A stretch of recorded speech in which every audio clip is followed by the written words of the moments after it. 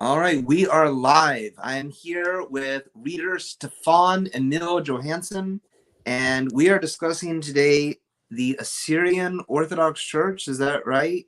Or just Assyrian Orthodoxy? Yeah, I mean specifically the Assyrian rite, I guess you could say, or that entire liturgical tradition and what that entails, like who the groups are that celebrate it, its history within and without side of Orthodoxy. It's uh it's a serious topic. That's so lame. Okay, so I guess my question when you brought this topic up was, what is Assyrian Orthodoxy, and why is it important? Like Yeah. why would I, as like an Orthodox Christian, care or want to know about it? I Yeah. looked up. I found one video on YouTube that talked about the Assyrian Church of the East, Sure. Yep, that's part of it. and Uh it sounded pretty like it's Nestorian, right? yeah, the groups that currently celebrate it are Nestorian, yes. Obviously, that's not my vision for it within the Yeah. church. Um, so yeah, let me resituate. So if anyone needs to know, I'm in the basement of my mom's house right now. I like to vary it up. Because each live stream I've done, I've been in a different bedroom. So um you're in my group. Bring the East Syrian right back to Orthodoxy. Yeah, I'm part of Um, the group because you created it, of but course. that's basically all I know about Mm, it. okay. Well, since we're gonna cut right to the chase here, basically the okay, so I would hope most viewers, if nothing else, if they saw our last live stream that we did in March, know that I'm a proponent of liturgical diversity in the church. We can't really say that our church is Catholic if there's only room for one rite, then we sort of turn into liturgical monophysites in a sense. Yeah, and obviously when Stefan uses the word Catholic, he's referring to the universality of the church, not like and the the like. and the fullness of the faith specifically. Yeah, so we are the Orthodox Catholic Church. We believe that we are one holy Catholic and Apostolic Church. Yes, we're not papists. Yeah. So it does not refer to us being in communion with the Pope or anything like that.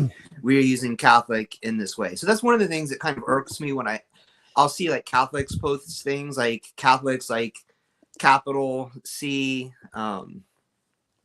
proper noun, like Catholics post about Orthodox or the Orthodox Church or Orthodox Christianity, and I go and I watch the video and they're not talking about the Orthodox Church at all. They're talking about like their own beliefs, which I would say are heterodox, but that's neither there nor there. So when we use the word Orthodox and Catholic in this context, in this video, pretty much the rest of the video, we are referring to the Orthodox Church, the Orthodox Catholic Church. Yes. And the Catholicity of the church refers to the fullness of the church being in the Orthodox Church. At no point, unless we specify otherwise, will we be referring to the papal Vatican Church at all.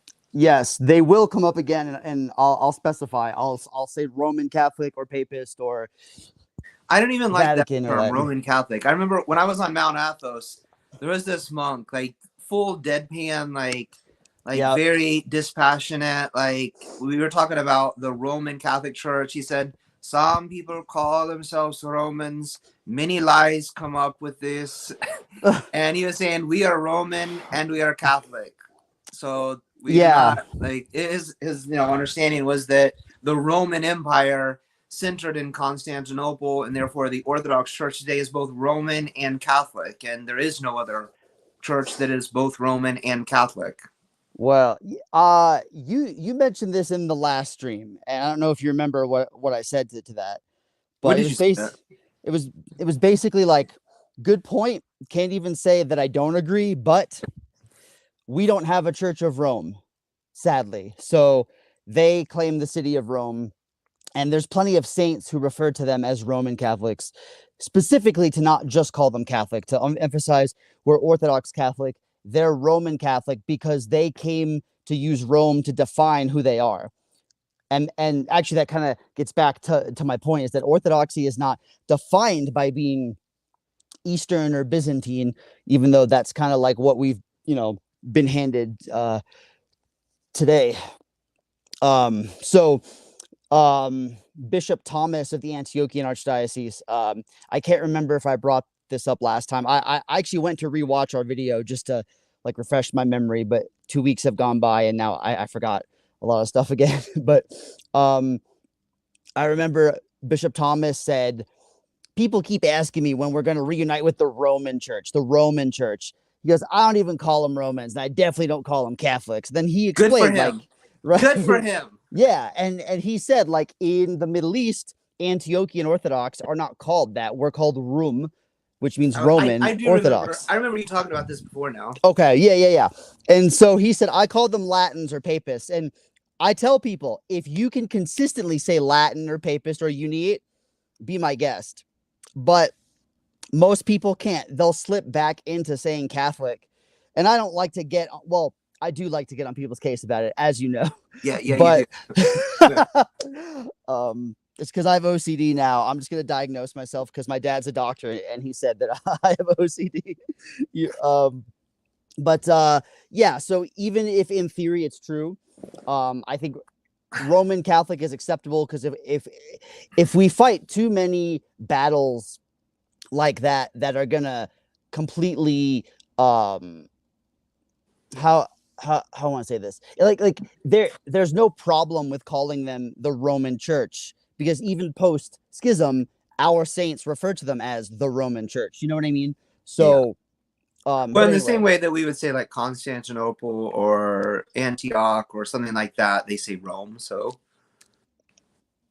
yeah, and when they call themselves Rum or Roman, it refers to the empire, and that what in English we call the Byzantine culture. Because even in Arabic, Rum has like an Eastern assumption behind it, because Westerners or Roman Latins in Arabic are actually called Latin, just Latin. So that's why when Melkites are like, we're not Roman Catholic, I'm like, no, you literally are. In Arabic, you're actually called Roman Catholics. So the regular Roman Catholics aren't even called Roman Catholic in that language. So anyway, now that we have that out of the way, I'm on my mom's iPad here because I spilled whiskey on my laptop a few months ago and have not replaced it, so I may have to like fidget a bunch. But where's this camera? All right. So when you're talking about then the Assyrian Orthodox Church, you're talking about the Assyrian rite of the Orthodox Church. So okay. So let me first, if anyone just does not know, because I'm pretty sure in our last stream I mentioned every single rite at some point, even though the main topic was Western Rite. Because I think it's important to look at things in the totality, in the fullness, the Catholicity of the context. So I think we all have an understanding that, the West had the Roman or Latin or Western Rite, and now we've brought that back into Orthodoxy. The majority of Eastern Orthodox do the Byzantine Rite, and then you have the Oriental Orthodox who have 4 rites. They have the Coptic, the Tewahedo, the Armenian, and then what often is called the West Syriac Rite. And all of these rites have different names. Like for the Western Rite, I just listed a few other names. I personally like to call it the Occidental Rite, but or the Hesperian Rite, because it makes it sound like really exotic. So the Assyrian Rite is most properly in academia known as the East Syrian or East Syriac Rite. That's why my group on Facebook has that title. But Assyrian, Chaldean, Mesopotamian Rite, Persian Rite, those all refer to the same liturgical tradition, because that church historically was in ancient Persia. The empires that were there we kind of anachronistically called the Persian Empire, but the last of those empires actually called itself the Iranian Empire. But all that to say, the Persian Rite just refers to the fact that those people were in Persia. Even though technically Persians, Assyrians, and even Chaldeans might not all be the same exact ethnic group, they were all in the same church historically. And now Chaldean tends to refer to the group that's in union with Rome, and Assyrian refers to the church that is not. But those are much later, like, divvy ups that they're just like, okay, we're going to take this name, we're going to take that name. So now, in terms of the term Assyrian Orthodox, there's actually 3 other uses out there that I just want to quickly go through because it confuses people even on the group that I run. So number 1, what's very popular within the Eastern Orthodox internet circle that I find, excuse me, he's got me up early, guys, so I had to like have my coffee, have my bacon. I've got acid reflux. Wait, where is my coffee? Oh, and also I'm drinking from this coffee mug, St. Gregory the Great.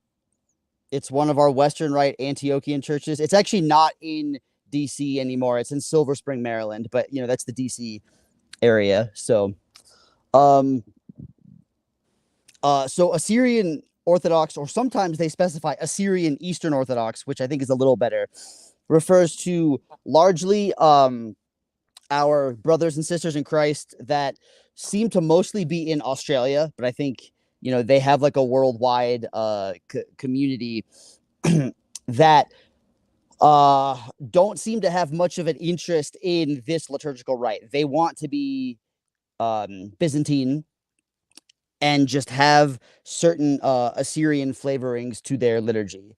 Why do you think that is? Why do they want that? So if I can white explain, I think a lot of these people, and I'm trying really hard not to say anything bad about them because some of them might actually be watching, and they're on the group, and of course I love them, but we don't have the exact same vision because I think a lot of them have been through or are going through what a lot of Westerners go through with the Western Rite. There are plenty of people in the church who are Western converts like you and I, who just don't have an interest in the Western Rite. And honestly, as long as they're not hostile, I don't care. You know what I mean? Because all rites being Catholic and expressing the fullness of the faith, then theoretically, anybody from any cultural group should be able to worship comfortably in any liturgical rite, and language barriers and stuff notwithstanding. So I think a lot of them are just content with that liturgical rite. Some of them seem to think that the Assyrian rite is like beyond repair, and again, we get people like that with the Western rite too. This one guy has been in and out of the group a few times, and he said he was a deacon in the Assyrian Church of the East. And he actually said like that rite has been polluted by Anglican and Latin influence and et cetera, et cetera. And I'm like, well, they translated your stuff into English like they did with everyone else's, because all these Easterners just couldn't be bothered to do that. So yeah, I see a How does parallel. That work then, though? So like these churches that exist like in the West, where it's the Assyrian Orthodox Church, like, are they doing their liturgies in English then? So the group we're talking about now, they're not even a distinct church, although some of them want it to be. They're mostly in Rokor, from what I can gather, which I'll try really hard not to comment on that part. But when you actually no, screw it. I'll comment on it. So, because when you see what Rokor has done with their Western Rite, which is pretty much not going to be around for much longer, sadly, they've Eastern or Byzantinized or Russified a lot of their stuff, but allowing certain Western prayers. And at a certain point, it's not Western Rite anymore. It's the Byzantine Rite with some Western flavoring. So I at least appreciate that the people in this Assyrian group are being honest about it. They're saying like, no, we're not looking to do the same rite as the Nestorians and etc. Like, we are looking to do the Byzantine rite and keep that framework, but just include things that are part of our ancient,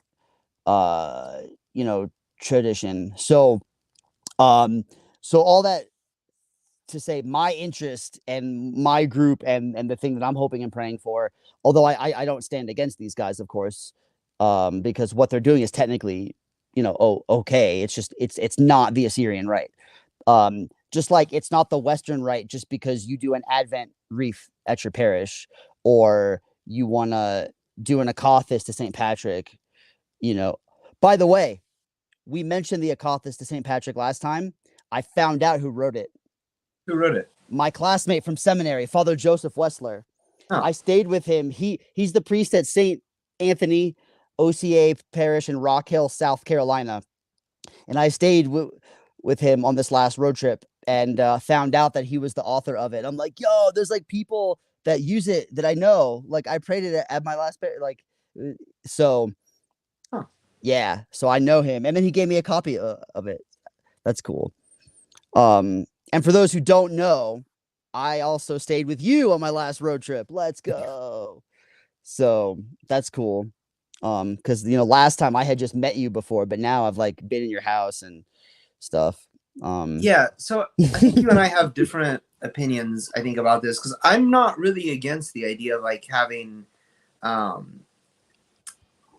just flavors of things. Like I think liturgically, like you're more into the idea of like maintaining these ancient rites, whereas I really have no opinion on it at all. Like, in fact, I would say like the parish where I attend is an Eastern Rite parish with Western flavors. And I think if the people there, like they're very simple people in a lot of ways, if they actually knew like these were Western things that we're doing, Western traditions that we're keeping, I think they might actually be offended by it. Like they'd be like, oh, we need to get rid of that. But since they just don't know, they actually just do some of these things and they think of it as like an Eastern Rite thing that we're just doing. I'm not so much bothered by that.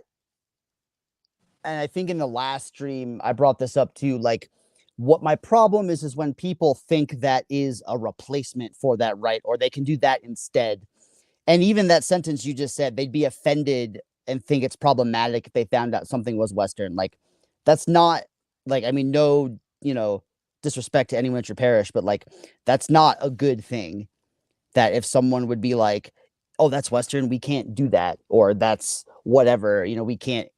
I mean, I don't know that they would do that, but I just kind of have that suspicion that. But I mean, it is something, there are Western ways now to approach the Byzantine Rite, and I think that's something even those of us that are actively involved in the Western Rite need to understand, that the argument that the Western Rite is like the only acceptable rite for Westerners or white people or whatever, like that's not true.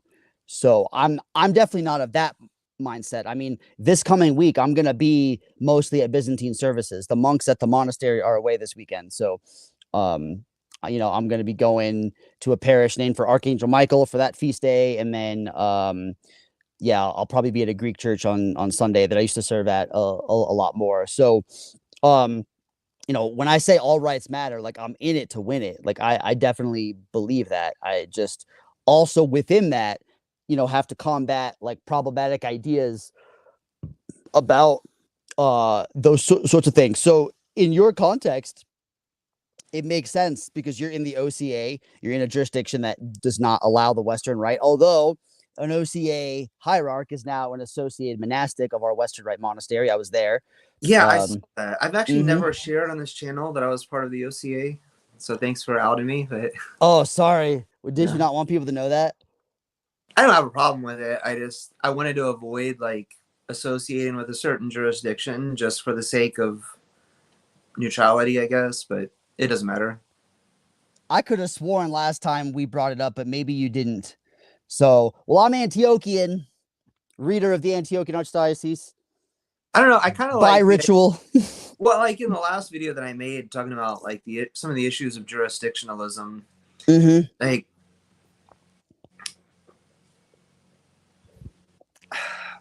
because I don't know how I want to approach that. I'm not a member when I joined the parish that I'm a part of, I wasn't joining OCA Orthodox Christianity. I was Sure, just sure. becoming an Orthodox Christian. It didn't matter what parish I was going to.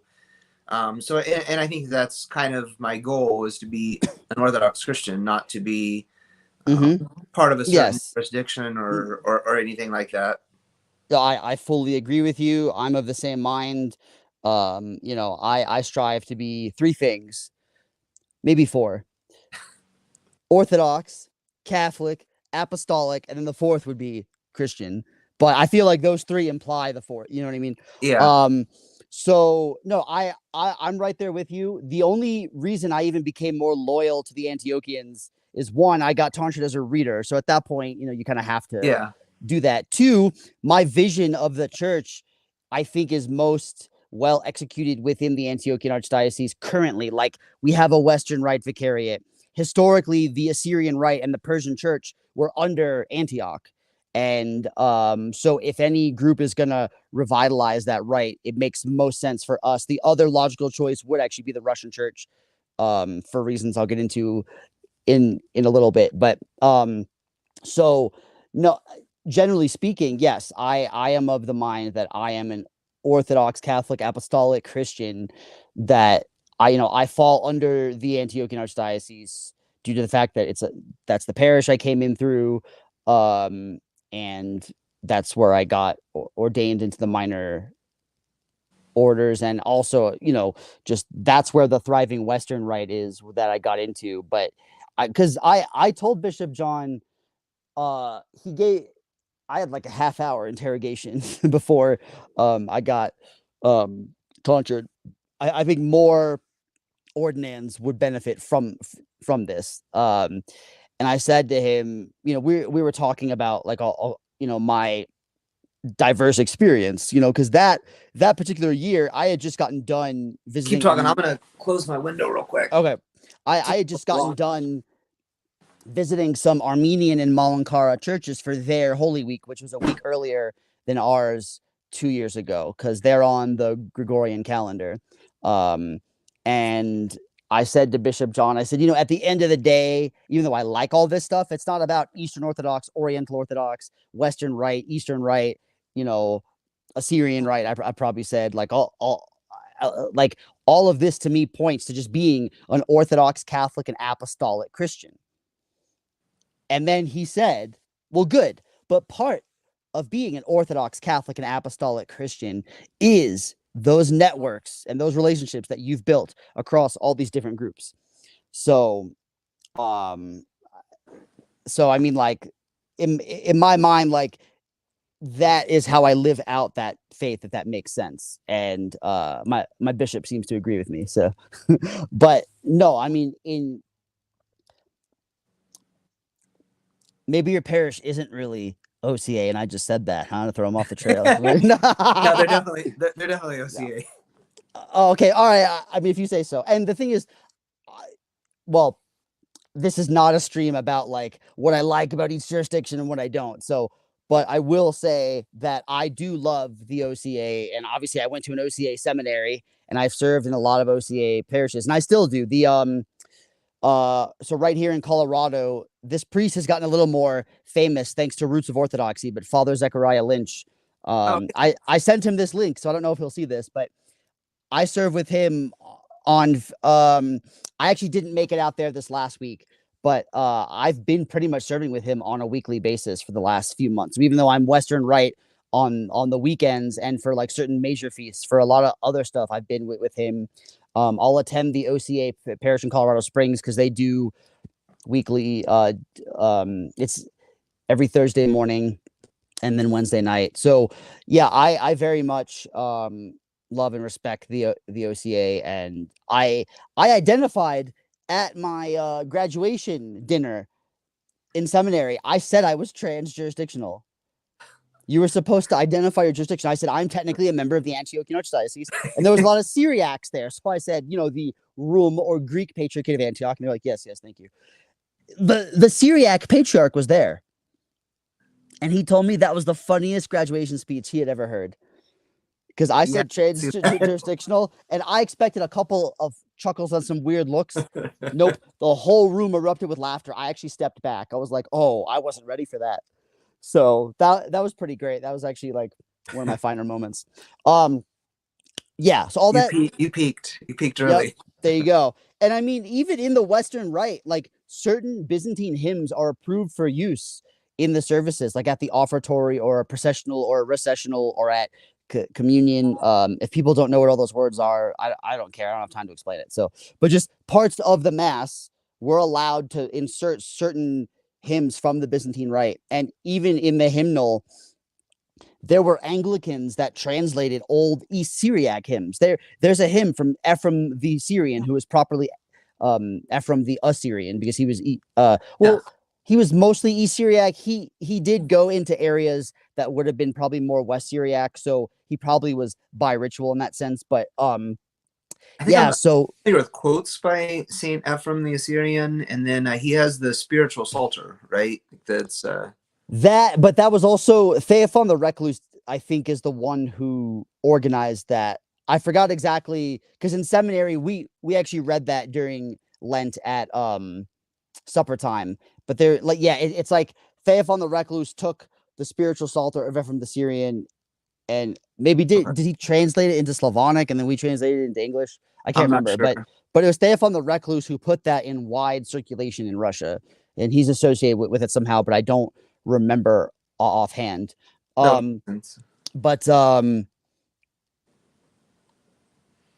yeah, so that actually ties into like the importance of a lot of Assyrian or East Syriac saints, even in our modern day church, like Ephraim the Syrian, Isaac the Syrian, who's very late in the game. I mean, he technically was in a time where the Nestorian church was a separate entity, and his diocese was one that fluctuated between the canonical church and the Nestorian church. And so there's even people who say that Isaac the Syrian died as a Nestorian, but that's not true, because the monastery of Saint Savas in Jerusalem is primarily where his writings were kept. So that I don't think that would be the case if he was actually a heretic.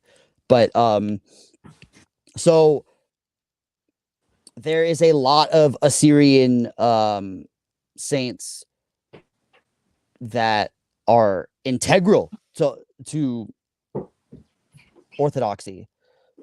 And so we rightly should want to honor them and the Western saints in a Byzantine context.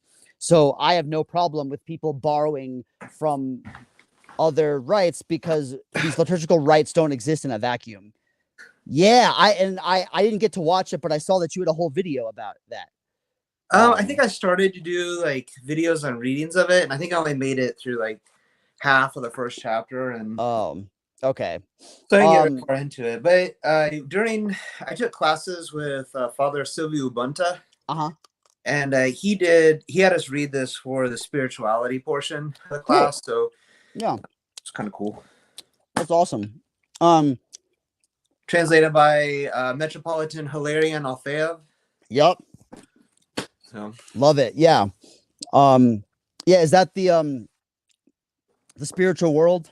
Yeah, the spiritual world of Saint Isaac the Syrian. Great book. And that actually explains all the complicated things with him, like what his diocese was going through, and then why he ran away from being a bishop, because he didn't want to argue with the non-Chalcedonians, which is really funny because that's what they wanted him to do. And he's like, nah, I'm not into that.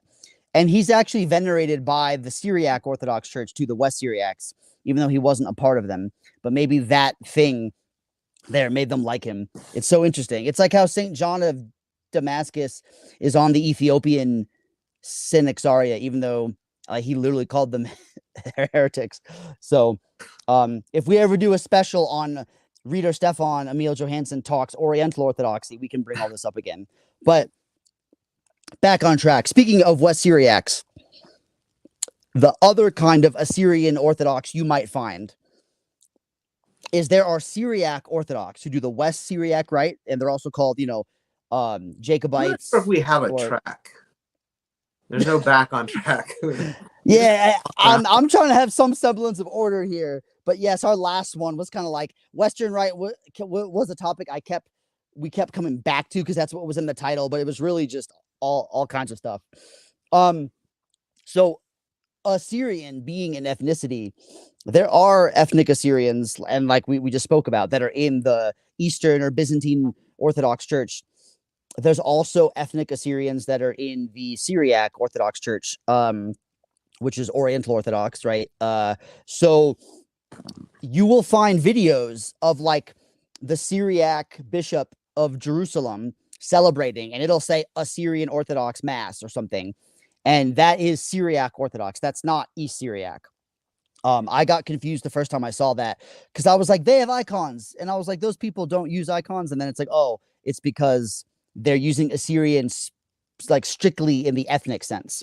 There's even a church in New Jersey. It is Assyrian Orthodox Church of the Virgin Mary. And people, like when I would give liturgical lectures in New Jersey when I was a seminarian, and East Syriac or Assyrian would come up, they'd say, oh, there's the Assyrian church there. And I'm like, that's actually not what I'm talking. That is West Syriac. And if you look closer on their sign, the emblem of the Syriac Orthodox Church is on there. But they were chartered before the Assyrian Church of the East kind of had a corner market on that name, because the Assyrian Church of the East was originally called the Chaldean Church. So when they chose to call themselves Assyrian, it was just an ethnic marker. So the first two cases we've just talked about, Assyrian Eastern Orthodox and Assyrian Oriental or Orthodox, is purely using it because these people are ethnically Assyrian. It has nothing to do with the Assyrian liturgical rite per se. Third one, our favorite and most famous YouTube and TikTok bishop, Mari Emanuel. He has started calling himself Assyrian Orthodox. And I will say, he's a strange character for me. Like, even though he's I see a lot of Orthodox people post quotes from him or post videos from him, and it kind of makes me uncomfortable because he is not an Orthodox bishop. He's not even an Oriental Orthodox bishop. I'm pretty sure he's just a Protestant like guy out there by himself, disconnected from any other church, making videos and talking about Orthodoxy and this stuff. Which clearly... I do usually agree with a lot of the things that he says when it's related just to topics that don't concern authority in the church, but like he's a very concerning individual, I think. Well, you clearly have not been following my group very closely because we've gone through his whole history, because we were following Mari Emanuel before he was famous. Well, actually, wait. The group started, I think, in 2020, right before the lockdowns, I think. But I've been following Mari Emanuel personally since like 2016 when I was in seminary. That was way before any of you people knew he was. That was before you were Orthodox, right? Yeah. 2016, yeah. Yeah, I wasn't going to call you a normie, but yeah. So, well, good. Well, I'm glad you brought that up. I am a humble layperson. Yes, and that's fine. You know, we need more of those. Not everyone needs to be some kind of, you know, big boss guy. Like that's why I'm content. You know, I've been asked like, oh, would you really just want to stay a reader the rest of your life? I'm like, why not? There's a lot worse things I could be. You know, so I'm in no rush to ascend any higher. And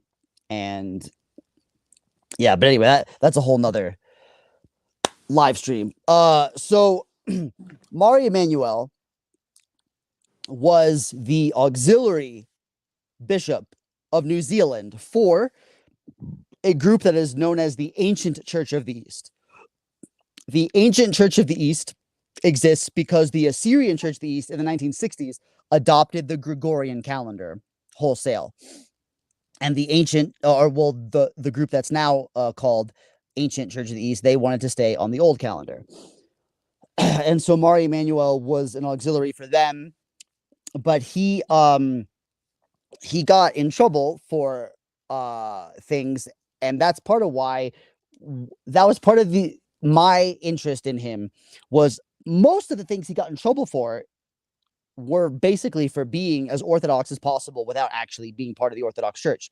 He was using icons, which is a problem in the Assyrian and ancient, the Nestorian churches have their use of iconography has fallen away. Now, the ones under Rome, the Chaldeans and the Malabar, they use iconography. So we know, like, it is part of their historic tradition. But for whatever reason, the current independent groups that celebrate the Assyrian Rite don't use iconography. They'll have stained glass windows and stuff that don't have people in them. I've noticed that they'll have a cross, sometimes a dove. I was like, oh wow, you're getting a little, you sure about that? You know what I mean? Wild, no? Yeah, but they'll have like the chalices and stuff, and a lot of that's probably like appropriated from the Western tradition, which is like I have no issue with. But generally speaking, like they don't venerate icons. They don't have like the saint of the day out for display to go and greet. And so Mari Emanuel started using icons, and he was like printing them in like books and stuff apparently, and that was a no-go. He has a whole thing that is on the Assyrian group that I posted years ago, explaining all of his accusations. Like, he's now one thing that's odd is he started wearing that cap that he apparently got from a Coptic monk that he went to visit a Coptic monastery and they gave it to him as a gift. It's like a hood, right? Yeah, sort of, because he wears it slightly differently than most of the Coptic priests do. So that particular style is done in the Coptic and in the Syriac or the West Syriac traditions. And he claimed it is actually historic for the East Syriac traditions. And he said, if you look at icons, you'll see that Mar Isaac and Mar Ephraim, like they're wearing stuff like this. But when you actually look at those icons, they're wearing some kind of headgear, but they're not wearing the exact thing. So I don't know if in his mind, that's just he's bringing back some kind of traditional headgear, or you know what, whatever theological differences we may have, and you can go into that. I'm sure you'll go into that in a moment. I will. But his the way he wears the hood and stuff, it's actually pretty cool. I don't have any problems with that. So yeah, I have no problem either. So,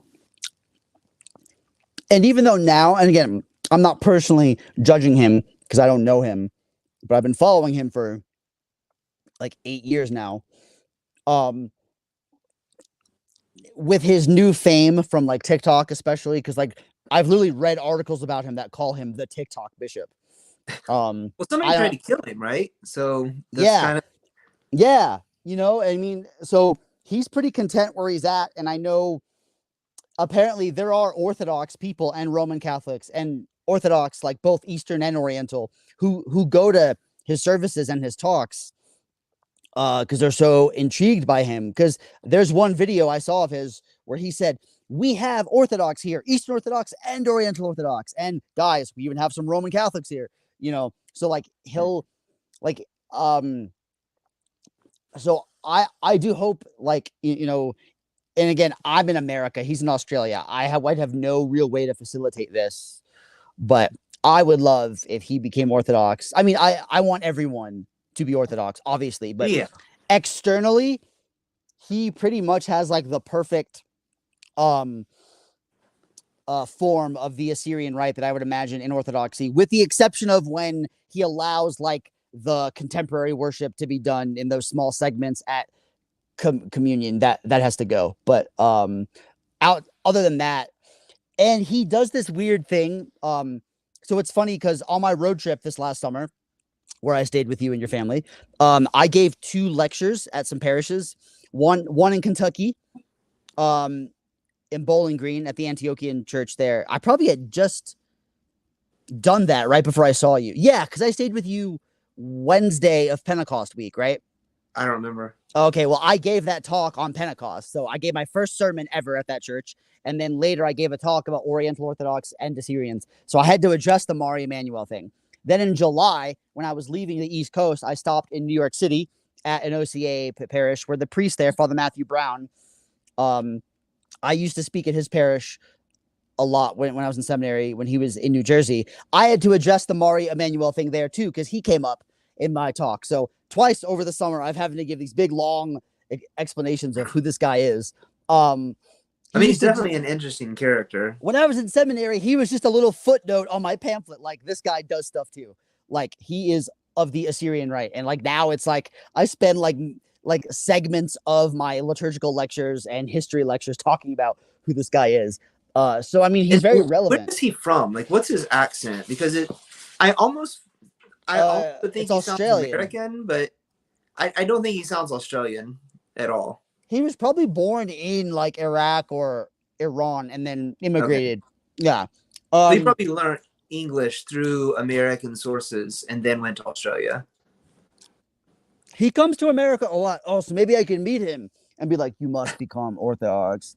I got the hookup with Antioch, bro.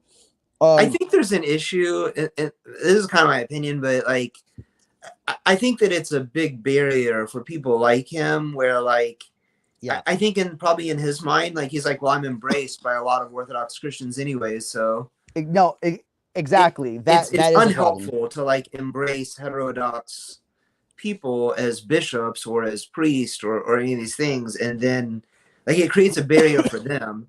I kind of think this way towards Jordan Peterson as well. Oh yeah. Like he's almost venerated amongst a lot of Orthodox people, but that's gross. Like for the most part, he wasn't even a Christian, much less an Orthodox Christian. I still don't know where he stands on a lot of those things. I think he probably has changed. He's spoken at a lot of these, like, I know he does stuff with Jonathan Pajot and his father, Stephen DeYoung, like did some stuff with him. So hopefully they're good influences on him that way. But so on the one hand, like, there is a like a mom that I've become friends with that goes to the OCA. Well, I probably shouldn't tell people where other people live. She goes to a parish somewhere. And well, we don't even know who this person is, right? Exactly. So it's just a mom, so yeah, that's right. They're probably safe. Yeah. She might be watching because I sent her this link. So and people she works with know Mari Emanuel and they think he's Orthodox. And they're like, did you hear your bishop in Australia got attacked? And she's like, okay, it's not my bishop, but yeah, okay. You know what I mean? She's like, how do I even unpack this for them?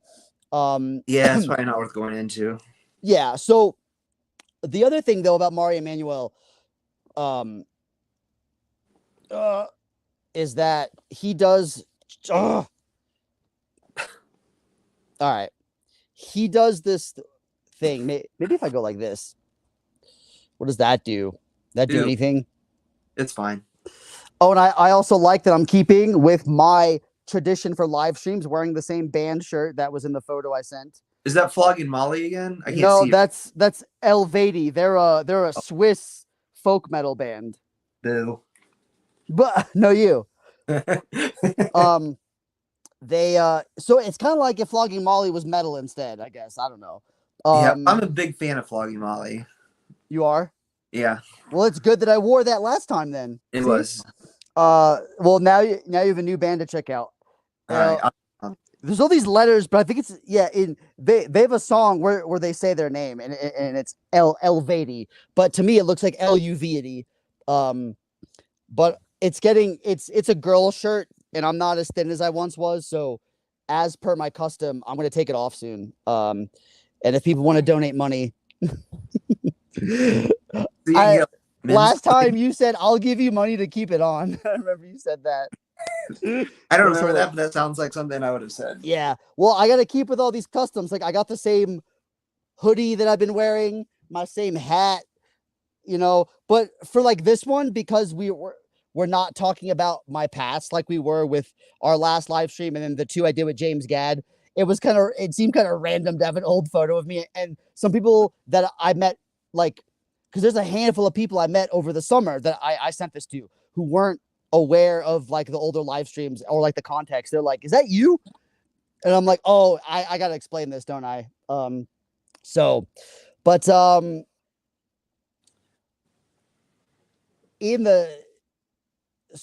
Mari Emanuel is currently a standalone bishop, but he did try to link up when he got in trouble with another group. So in 2011, the Ancient Church of the East decided to adopt the new calendar dates for Christmas, the nativity of our Lord Jesus Christ. Okay. Just that day, no other day. So like Epiphany or Theophany still on the old calendar. Even things they count, because they count certain things like the something after Christmas. They'll do that based on the old calendar date. It's like they just moved the date of like just Christmas for whatever reason.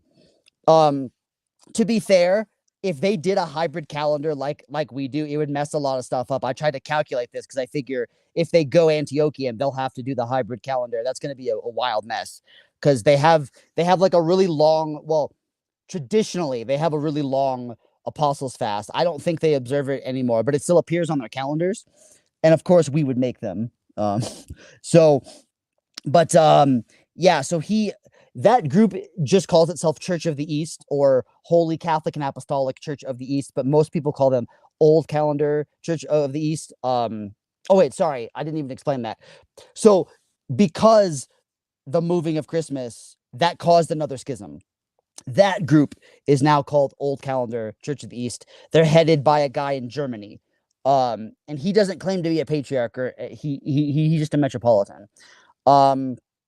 Emanuel joined up with him because he was celebrating with him. He was visiting Europe and stuff, and celebrating with him. But it seems like he kind of either fell away from them because Emanuel does the thing that the so-called ancient church does with Christmas.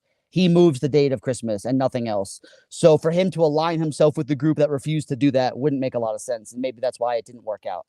I don't know.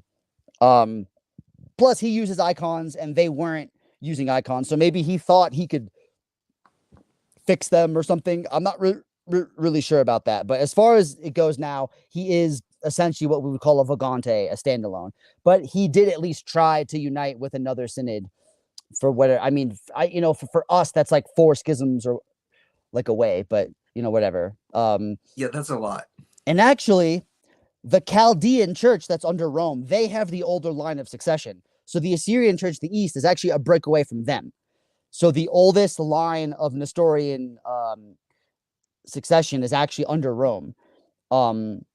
So if you look at it that way, it's like Assyrians broke from the Chaldeans, and we already view them as schismatic because Rome. So that's like, what, 2 or 3, and then ancient church, and then old calendar church, and then, so he's like 6 degrees removed-ish. But either way, there's hope for everybody. He's a 6th-degree vegan, I guess. That's a vegan? The guy's like, I'm a 4th-degree vegan. I don't eat anything that casts a shadow or something like that. I don't remember. Where's that from? The Simpsons. Oh, I haven't watched that in many years. Yeah. But it's still going, right? I have no idea. That's as old as me. I was born in 1989, and I think that's when that show started. Probably. So, yeah. So for anyone that needs a recap, you'll hear Assyrian Orthodox used for Eastern Orthodox and Oriental Orthodox that are ethnically Assyrian, but it's not the Assyrian rite. And then you'll have Emanuel, who calls himself Assyrian Orthodox, which ironically could be the best contender for it in terms of liturgical rite, not in terms of canonical standing. But our interest is in restoring the Assyrian rite to the Eastern Orthodox Church. And but so I guess the area where I would kind of question some of these things is like, I can see in America there being an interaction between like the Western Rite and the Orthodox Church because it's a Western country with predominantly Western people. And I'm so happy that you said this because this is going to be my next point. But yes, please. Whereas like with the Assyrian thing, like I know I have a friend that I work with, and his wife is Syrian.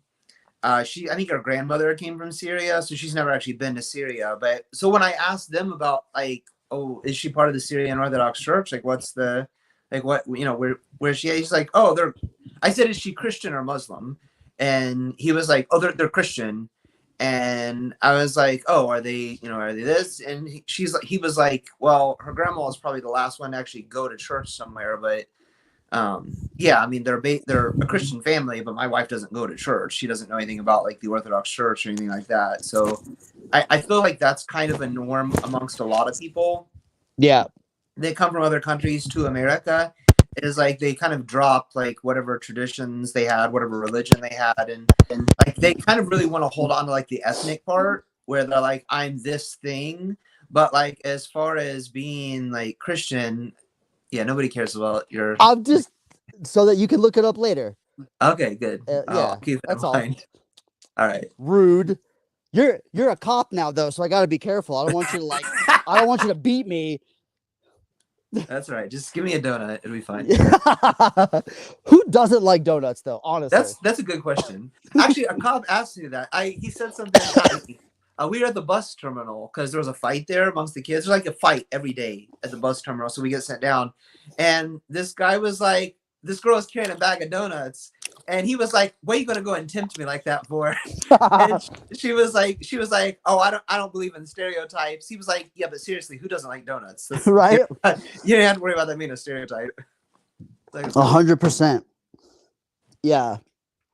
There was a comedian who pointed that out. I think it was one of those redheaded guys. He's like a redheaded Mexican guy or something. I forgot his name. I think he might have been the one that was like, where did that stereotype come from? Because cops are human? What human doesn't like donuts? It was like that. That's a good question. Yeah. Oh, okay. My phone was charging, so I'm taking off the... Oh, shoot. I might have to charge this. I'm not near a plug. All right, if I end up having to charge this, I may have to move, but I don't think anyone cares. Well, so yeah, I'm glad that you asked this. And again, all this data is stuff I've shared on the Bring the Assyrian Right group to Orthodoxy, back to Orthodoxy page. Unpack for us. Okay, so in terms of the more sizable East Syriac communities, which are those under Rome, and they also happen to be technically the older lineages too. Even though in terms of parish numbers, they're relatively small. Like, so the main groups are what's called the Chaldean church. And then there's the Syro-Malabar. The Syro-Malabar are the ones that are based in India that do the East Syriac rite. And they both have eparchies here in America. If you look at the stats, Chaldeans, I can't remember which one takes top what. Oh, I got my phone, I can check. But basically the top 2 slots of uniate groups in America are taken by those groups. So the majority of uniates in America are of some kind of East Syriac line. Now, parish-wise, they're not as much but when they do start a parish, it's usually huge. And that's also because under the Roman Catholic Church, you are the sui juris, or the rite that you were baptized in, and you can only transfer with permission of the Vatican. So very likely there's a lot of Malabar and Chaldean Roman Catholics that are attending Latin churches, maybe even some Maronite or Byzantine Uniate ones, and they're just not officially switching. But regardless, according to official stats, the majority of Eastern Roman Catholics or Uniates are of the East Syriac rite. So that's one reason why it's relevant, because those people live right here on our soil. In fact, one of those guys that's Assyrian Eastern Orthodox, he said to me on that post, he said the majority of ethnic Assyrians are living outside of the home country now, which makes sense just due to, a lot of things. The other thing is that the 2 major independent groups, which are significantly smaller, but are probably the ironic thing is more people, I think, know about the Assyrian Church of the East than they do the Chaldean Church, even though the Chaldean Church is like twice the size, which is really funny to me because they kind of just get lumped in with being Roman Catholic because they are, or at least that's my experience. But the Assyrian Church of the East and the Ancient Church of the East, both of their current patriarchs are from the United States of America and live in the United States of America. So part of why it's relevant is because you will come across these people. Maybe not so much in the area that you live in, but if you go up north to like Chicago, there's a ton of Chaldeans and Assyrians and ancients and all that's there. There's a part of me though that like I kind of just don't see like a lot of these groups. Like I brought this up in the last video that I posted about like jurisdictionalism, where like, you know, if you're a Greek family who comes to America and, you know, you have children here in America, like maybe they learn to speak some Greek, but you know, as they grow up, they probably feel very Greek in America until they go to Greece. And Right. they start walking around Greece and they're like, wow, I am not Greek at all. Or they're like taking like selfies in front of like Greek looking churches. They're like, yeah, I'm Greek. But you're only Greek to Americans. Like to other Greeks, like you're a foreigner. So like then their grandchildren, conversely, who are, you know, maybe like 1/4 Greek, like might still say they're Greek because it's such a dominant culture that like maybe they're also German and Italian and Irish, but like they kind of just disregard those things and like I'm Greek. But now they also don't speak Greek. They've never been there. And other than like that, they have souvlaki or whatever. They have different foods at things like they don't really know anything about Greece. And so just culturally, they might keep calling themselves Greek, but they're not. They're actually just an American. And you know, where I live, you're a Midwestern American, or if I go back to like my hometown or where, you know, where my family's from, you're an Appalachian American. And I guess the thing that I kind of see going forward is that you're like some of these things like the mass migration to America that kind of happened, and we're now living in a world where there's still people wanting to come to America.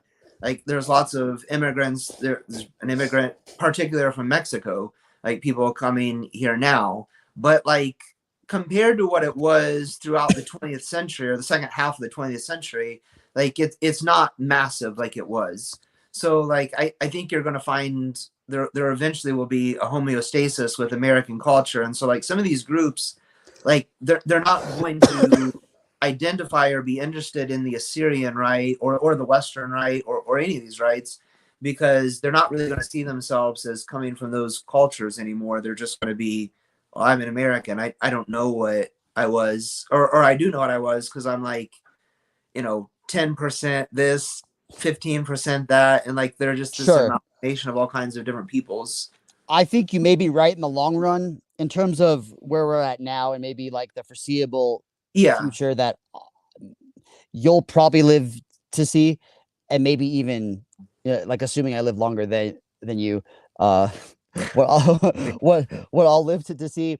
There is still a very strong Assyrian identity. I mean, that's part of why there's people in the the Eastern Orthodox and the Oriental Orthodox who are not liturgically Assyrian, but are very much of that ethnic mold and are insisting upon calling themselves that. And the This is kind of going off on a little bit of a tangent, but okay. like I feel like America as a country was more homogenous like 15 years ago than it is today. Today, like people do That's seem to be racist. really obsessed with like, well, I'm this race, or like they really want to like emphasize like these racial differences. Oh, Whereas I see what you're saying. like Well, in like the 90s and early 2000s, I don't feel like that was the case. Like nobody cared. Like you'd be like, well, I'm this, and people are like, shut up, nobody cares. Whereas today it's like a big deal. well, possibly. I mean, there's a lot that could be unpackaged there, but I think in terms of keeping it on the liturgical track, um, Well, I definitely think like as an Orthodox Christian, there are things to learn from all the rites of the church and the way that things have been done. Like if you're interested in history or like you're just theology and the teachings of the church, like there's reasons to have books, or there's reasons that like you know, Metropolitan Hilarion of the Moscow Patriarchate is reading a Syrian saint because they're just saints of the church. right? Exactly. Like Yeah. Saint Isaac was Syrian, but that's secondary to the fact that he's a saint. Sure. Oh yeah. But his spirituality is very much informed of like an East Syriac or Assyrian or even a Persian what's the word there? wait, what was my sentence? I just totally derped. You got me up too early to do this. Well, he's Like, from okay, Nineveh, right? Like he's in Nineveh. right. And Nineveh was very at that point in time was kind of already becoming sort of like cosmopolitan. Uh and You got Italian there too. yeah, well, I am from New There's York. Brooklyn. Yeah, Yep. yeah, I'm from New York. Oh yeah, I got this Bucky's mug on my road trip too. Nice. They have a Bucky's in Colorado now. I gotta go. I haven't been yet. I think they're Um, building one in Ohio, like not far from my house. yes. Oh, so next time I come visit, we're gonna go to Bucky's. Let's Yeah. go. Um, oh, just while it's on my mind, I also you mentioned a Coptic church in the last stream. That's the Coptic church I visited right before I came to see you over the summer. I don't remember if we actually addressed that when I saw you, but it's in Miamisburg. Yeah. Yeah. Yeah. So yeah, I visited there that Wednesday morning, and they had a bishop there and everything. It was like their bishop. So, just another day in the life of me. So if you ever read like Aphrahat the Persian, right? He's like from the early centuries and his spirituality, and you read like Ephraim the Syrian, and you read like Isaac of Nineveh, and there's a lot of other ones too. But those like the three main ones in my mind that would be like the Assyrian doctors of the church, right? Like most of the other Persian and Assyrian saints are martyrs. There's a whole lot of them. Even if you read the Western, or sorry, it's called the Roman Martyrology, and then we have an adapted form in the Orthodox Western, right? Or you look at the Byzantine Synaxaria, like almost every day there's at least one sentence of Persian saints. There's a few days where somehow there's not, but almost every day of the year there is someone who was killed in the Persian Empire or in the ancient Assyrian church for their faith. So and so like that's pretty important. And but the three primary saints that I just listed, yes, of course they vibe with orthodoxy, but I think we also shouldn't be afraid to say that there are different spiritualities and even different theologies that are acceptable, that all are part of the one faith, of course, the one holy Catholic and Apostolic faith. Because Well, when I want to correct one thing that I said. Like, I don't think that going forward, like in the future, like the Orthodox Church in America, not the OCA, but just the Orthodox Church in general, existing in America, will be like today we note these things and these differences by their monikers. Like we say like the Russian church or the Greek church or something like that. Like eventually I think those things will still exist in the church. We just won't think of them as Greek or Russian or Assyrian or any of these things. They'll just be part of the church, the Orthodox church that exists in America. Well, I agree with you, especially when it comes to all the different ethnic denominators that exist even in the Byzantine / Eastern Orthodox world. Those are going to go away because you already have churches even of some very ethnic jurisdictions that are trying to take that off their sign or just be registered as so-and-so Orthodox church. Yeah. I've even been to Greek churches like that, because they get the most flack for being like extra ethnic when I don't even think that's fair. I think they're just the loudest about it, but they're definitely not that's why it's fair, because they're the loudest about it. Yeah, I guess so. But like there's even Greek churches I've been to that just say Orthodox church. So yeah.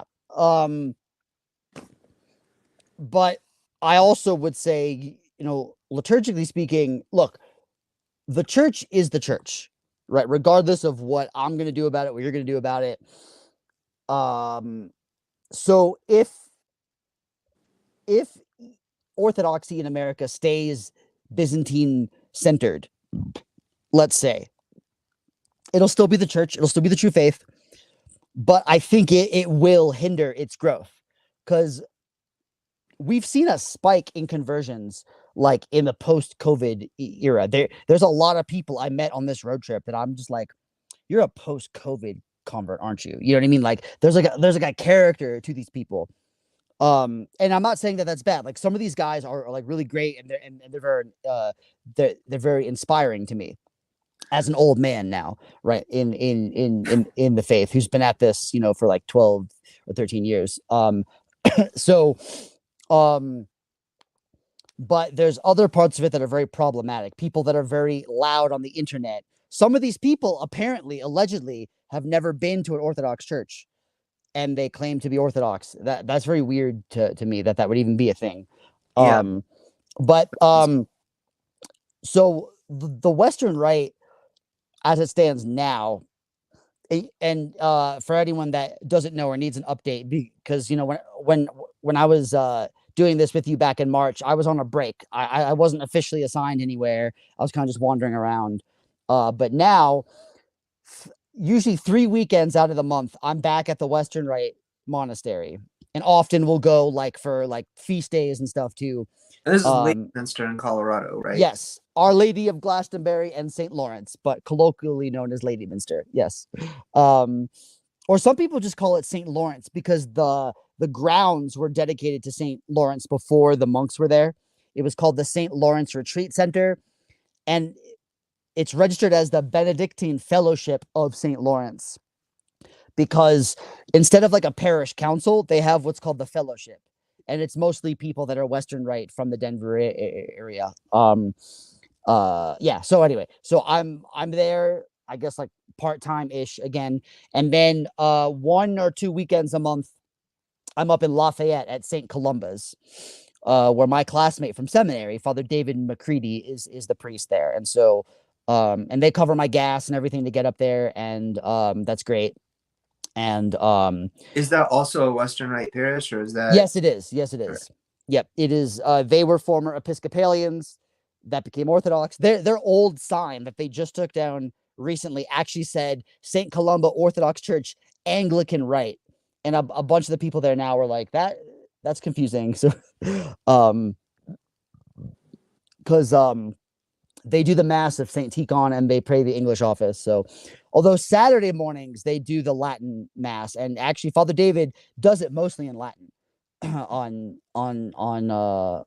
Saturdays. So, and if they go to my YouTube channel, they can see I've given one homily there, and I'm gonna give my next one in December. So whatever, you know, I'm just moving on up in the world. So I'm very much committed to, you know, spreading the gospel in whatever form it's going to take. But I don't think it's wrong of me to prioritize the Western Rite in a sense because it's smaller. I believe in affirmative action. And there are certain areas where I think it will touch people better or easier. So here in Salida, where I'm at with my mom, you know, there's no Orthodox church. The closest one is the monastery, which is like an hour and a half minimum. You know, if I start a mission here, it's going to be Western Rite, and I'm already starting to like put some feelers out. But if the Greeks or the OCA or even some Eastern Rite in Antiochians came here and they got something rolling faster, I wouldn't mind, and I would happily like just latch onto that and help them. I'm not going to be like, oh no, I'm just going to do a Western Rite thing here. Like, so, I think the future of American Orthodoxy, because even though you were talking about this like homogenous thing, I feel like there's always been this cultural and ethnic diversity in America. Even though we like to think, oh, because we rebelled against the colonies and stuff, like we are an Anglo country, and yeah, like English is the official language. But I mean, you know, like my dad's half Hispanic, and then I grew up. A big part of my childhood, you know, when I was younger, was in New Orleans, which has ethnic groups that historically has ethnic groups that pretty much were only recognized in New Orleans. Things like Creole. Now everyone knows that stuff. So, but I do think that there was a bigger, like maybe more people were willing to just call themselves American regardless of their background. Is that maybe what you were trying to say? And that if they tried to deviate from that, it was like, nah. Well, I think I guess it depends. Like, well, where I'm from in Eastern Kentucky, my mom and my dad's family were both Eastern Kentucky Penroyal settlers. Like Yep. they came there, so like ethnically, they're a mix of like English people. So English, Welsh, Scottish, Irish. Like they're this mix. So like they don't really identify as being a specifically one of those groups anymore, but they're kind of still think of themselves like in a certain way. Like they have traditions that come from those areas, but they actually don't think of themselves as any of those things anymore. They think of themselves as Appalachian hillbillies, and that's it. Yep. That's who they are. So I think in general, the longer that, and that's because they came in the late 1700s, early 1800s, so they've been here a little while now. Maybe not as long as like people who were like original colonists or like some of these people that set up the colonies, but they've been here long enough that they don't think of themselves as being Scots or Welsh or English people anymore. They have traditions that come from those areas. Like my dad's name is Winford Shake. So Winford being a Welsh name, Shake being an abbreviated version of Shakespeare. Like it's this very Welsh English thing. He has no idea about any of that. He's never learned. He's never been to Wales. I doubt he's ever read Shakespeare. Like it's not something he cares about. Like he's from a coal mining community. So I think that probably as more groups are here longer, that will be the norm. So like that's a family that came here in the late 1700s, early 1800s. A lot of families that came here right after World War II, as America became more of a superpower, like in a century from that time. So like probably 30 or 40 years from now, like you'll see their grandchildren and great grandchildren are not only disconnected from those communities that they originally came from, but now they're mixed with 4, 5, 6 other different ethnic backgrounds. Just the So, way like, I like it. which one are you then? Like you're none. Like Right. you're part of whatever group. And really that's the way ecclesiastically the churches function. So that was kind of what I talked about in my last video, is that we didn't have bishops over the Greeks or over a certain ethnic group. They were over a geographical region. And that's probably the way that it should continue. Like we shouldn't have all overlapping bishops for the Greeks and for the Americans and for whoever else. You're just the bishop of this geographical region, and there's not multiple bishops. There's one bishop over a certain area. Yeah. So hopefully, and I mean, so like the bishop that my parish is under is the bishop of all of the Midwest. So this is hundreds and hundreds of parishes. He comes like once every 2 years, maybe, if that. I think that's way too big of an area to be the bishop over. And I address this in my thesis. Remember, I told you, like I wrote a thesis about this. One of the things I say is, the health of our bishops is not as good as it should be because they're having to travel so much, and they're not the young guys that they once were. You know what I mean? So like I live in Ohio. I think having a bishop of Ohio is plenty big enough, but the multiple jurisdiction thing is part of the reason you can't have that right now, because if you undo all of the overlapping parts and make each bishop a geographical bishop of a certain area. And I think did we talk about the last video too we did, where it was like somebody that I knew had the idea to have like, why don't we just cut up America and be like, this is the Greek area, this is the Antiochian area, and if you don't like it, you don't get a say. Like this is just how it is. That's not sounding familiar to me, but it's possible. I don't know that I like that particular idea that much, but like the idea of like undoing the overlapping bishops so that each bishop can have a smaller geographical area to serve, I think is a good idea. Yeah. I'm just refilling my coffee if anyone's curious, to like the 2 people watching us, because it's so early in the morning. Yeah. It's like 10 o'clock my time. I don't know what time it is for you. It's 8:15 right now. Okay, so I'm glad. I'm a.m. What?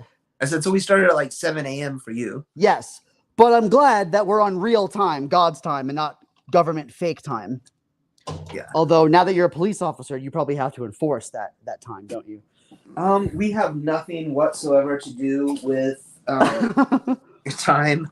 I show up to people's houses because they call and are like, "Yeah, somebody's trying to break in. Could you send somebody over?" And we go over, and I'm like, "Oh, okay." And or like somebody hit somebody's house, or like somebody reported that such a couple was in a fight. And Right.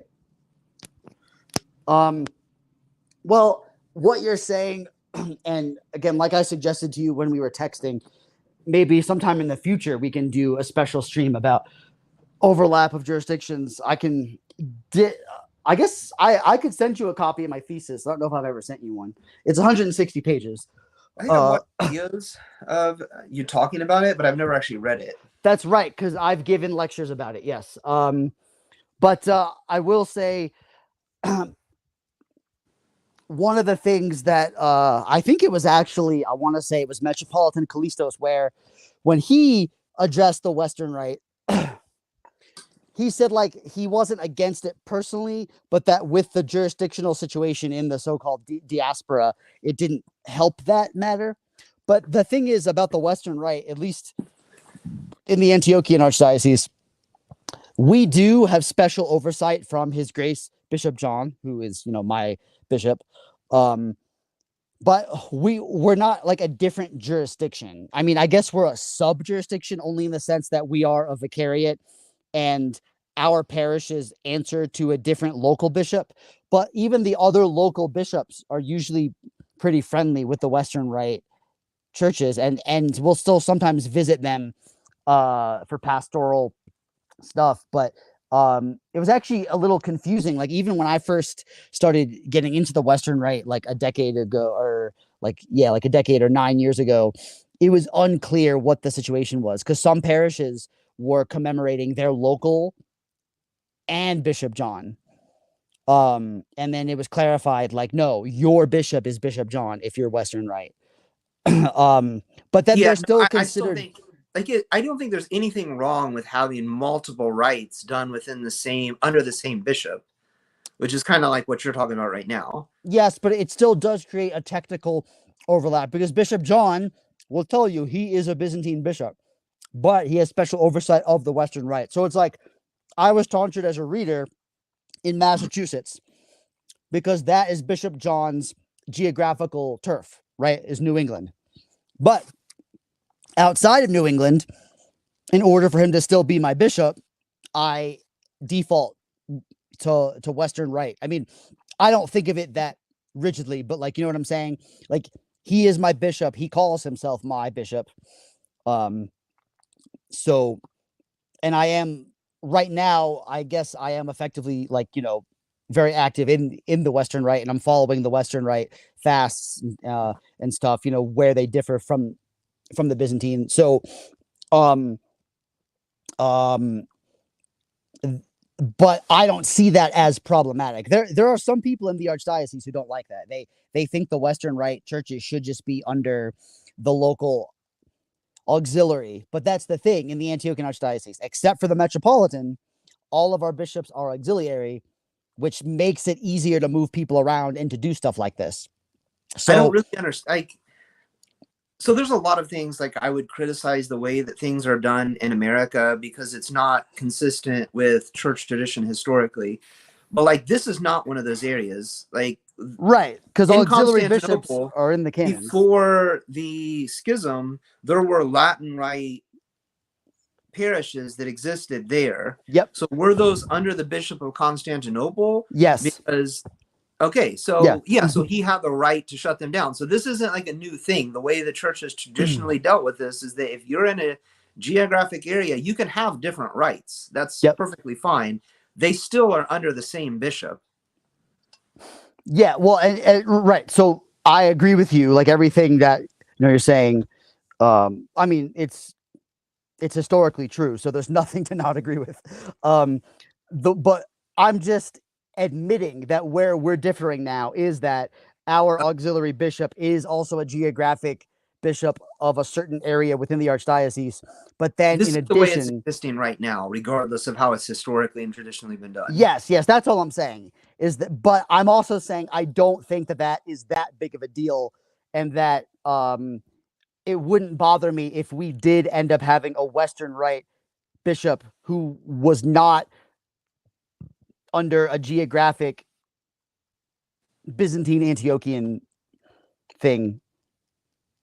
Because our archdiocese is broken up into dioceses, but that's not actually a thing. Like, dioceses aren't inside of archdiocese, so really they're regions of the archdiocese. And there's been talk about if we have a Western Rite bishop, like where would he go, and like that stuff. But and back to the primary topic, the Assyrians are probably going to be they probably will want to be governed by their own people. Someone in seminary who is now an Antiochian priest that I went to school with, he actually said that to me. He said the Assyrians are going to want to be like ruled by their own people. Well, I mean, I guess I don't know. I kind of just go back to my original thing with that, though. Like, if that's what you want, then you should have stayed in Syria. Like that's racist. You're not going to get it here because this ain't Syria. Sorry. Well, first off, they're from Assyria. Okay, this is a serious concern. Yeah. So it's like modern day Iraq. It's not Iran. racist because I say that to everybody. Yeah. Well, and think about all the Westerners who had to give up. Like we answered to the Middle Eastern Antiochian hierarchy. We're not governed by white people, you know. You guys are in the OCA.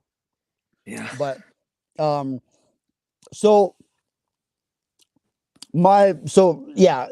think this line of thought, I think, was starting with me saying at least my vision. And when I say my vision, I want people to understand, like, this is rooted in like my real life experience and what I've studied. So this isn't just me sitting on this futon in my mom's basement just thinking I know everything, right? Like, I don't know everything, but I do know a thing or two, or a thing or seven. I like seven because there are 7 liturgical rites. Is that we're not, even though we've talked about like these identities and stuff, when your culture is rooted in a liturgical tradition, I think it has more staying power. So, okay, because I was going to say, I could be wrong, but like the Armenian identity, and I lived with the Armenians for 2 years at their seminary, the Armenian liturgical rite, and then the Armenian church, and the Armenian culture, and the Armenian country, in a lot of ways, it's just all, I mean, they understand that these things are not identical, but they kind of operate as one thing. Side note, I told you about my friend whose wife is Syrian. Yeah. Also, my field training officer, his wife is Armenian. So, like, nice. Very Armenian family. I asked him about, like, religiously, like, so she's Christian, and she was baptized in an Armenian Orthodox church. And I asked them about, like, did they have, like, their daughter baptized? And I guess he said yes. And I kind of tried to fill out because, like, he doesn't go to church. He's not, like, he doesn't believe in really anything. So I was trying to, like, sensitively, like, ask, like, so what did they do then what did you do with your daughter? Like, how was she baptized? And he could only say, like, it was some Armenian church in, like, the town where we live. I'm like, that's weird. I don't know of an Armenian Orthodox church anywhere in this town. So I was like, well, was it Catholic? And he was like, no, it was, like, Egyptian. And I was like, Egyptian, like Coptic? It was. So I'm trying to, like, was it in Miamisburg? Because I thought of that church that you brought up before. Yeah. It's like, no, it was in Centerville. And I'm like, I know of a Catholic church over there that's like. You said from now on Catholic was going to mean. Yeah, I did. You're right. And this is what, and no, but you're bringing up, this is why I tell people good luck with the Roman Catholic thing, because you're going to slip back into calling them Catholic. You see what I'm saying? Yeah. Yeah. Anyway, sorry. Anyway, so it was really difficult to fill out, but just now I have two friends that are both part of these, like, they're married to women that are part of these, like, kind of niche areas that you're bringing up. Nice. I'm looking up Centerville right now. Where is that? So yeah, St. Mina and St. Avenue Coptic Orthodox Church in Miamisburg is coming up. Oh, But it's not. But is that it or no? I don't know. I have no idea. Well, maybe we can investigate. But I asked him if she went there, and he was like, "Nah, she goes to some Protestant church somewhere." I'm like, ugh. okay. Well, there is an Armenian evangelical church that is not liturgical. They No, became I know the Protestants. church where she goes. It's Okay. just like very vanilla, like evangelical. Just... Yeah. There's actually an Armenian lady in Salida. She works at one of the grocery stores, and I think maybe she noticed my cross or my hat, something that she like vibed with, and then we ended up talking. I said, "Oh yeah, I'm part of the Eastern Orthodox Church," and she goes, "Oh, well, my background is similar. I'm from the Armenian Church." So I'm like, "Oh, I lived at the Armenian seminary, blah blah." And so like we're chatting, and she's like, "Yeah, I go to St. Joseph's now, which is the Roman Catholic Church here, but." I hope if I start an Orthodox mission that maybe she'll we can take her I will back. I mean we're not really in union with the Orientals, but for lack of a better Win thing, her I'll say over take to her the true back. church. Yeah. So well, and I hope in the future we might be able to do a live stream about this specifically, but the Oriental Orthodox are not going away. And they are becoming more and more integral to American society. Even Donald Trump acknowledges this. And I am not a Trumper, but he made a statement about Coptics. Sorry. I was told by a classmate of mine in seminary, never say Coptics, say Copts or Coptic Christians.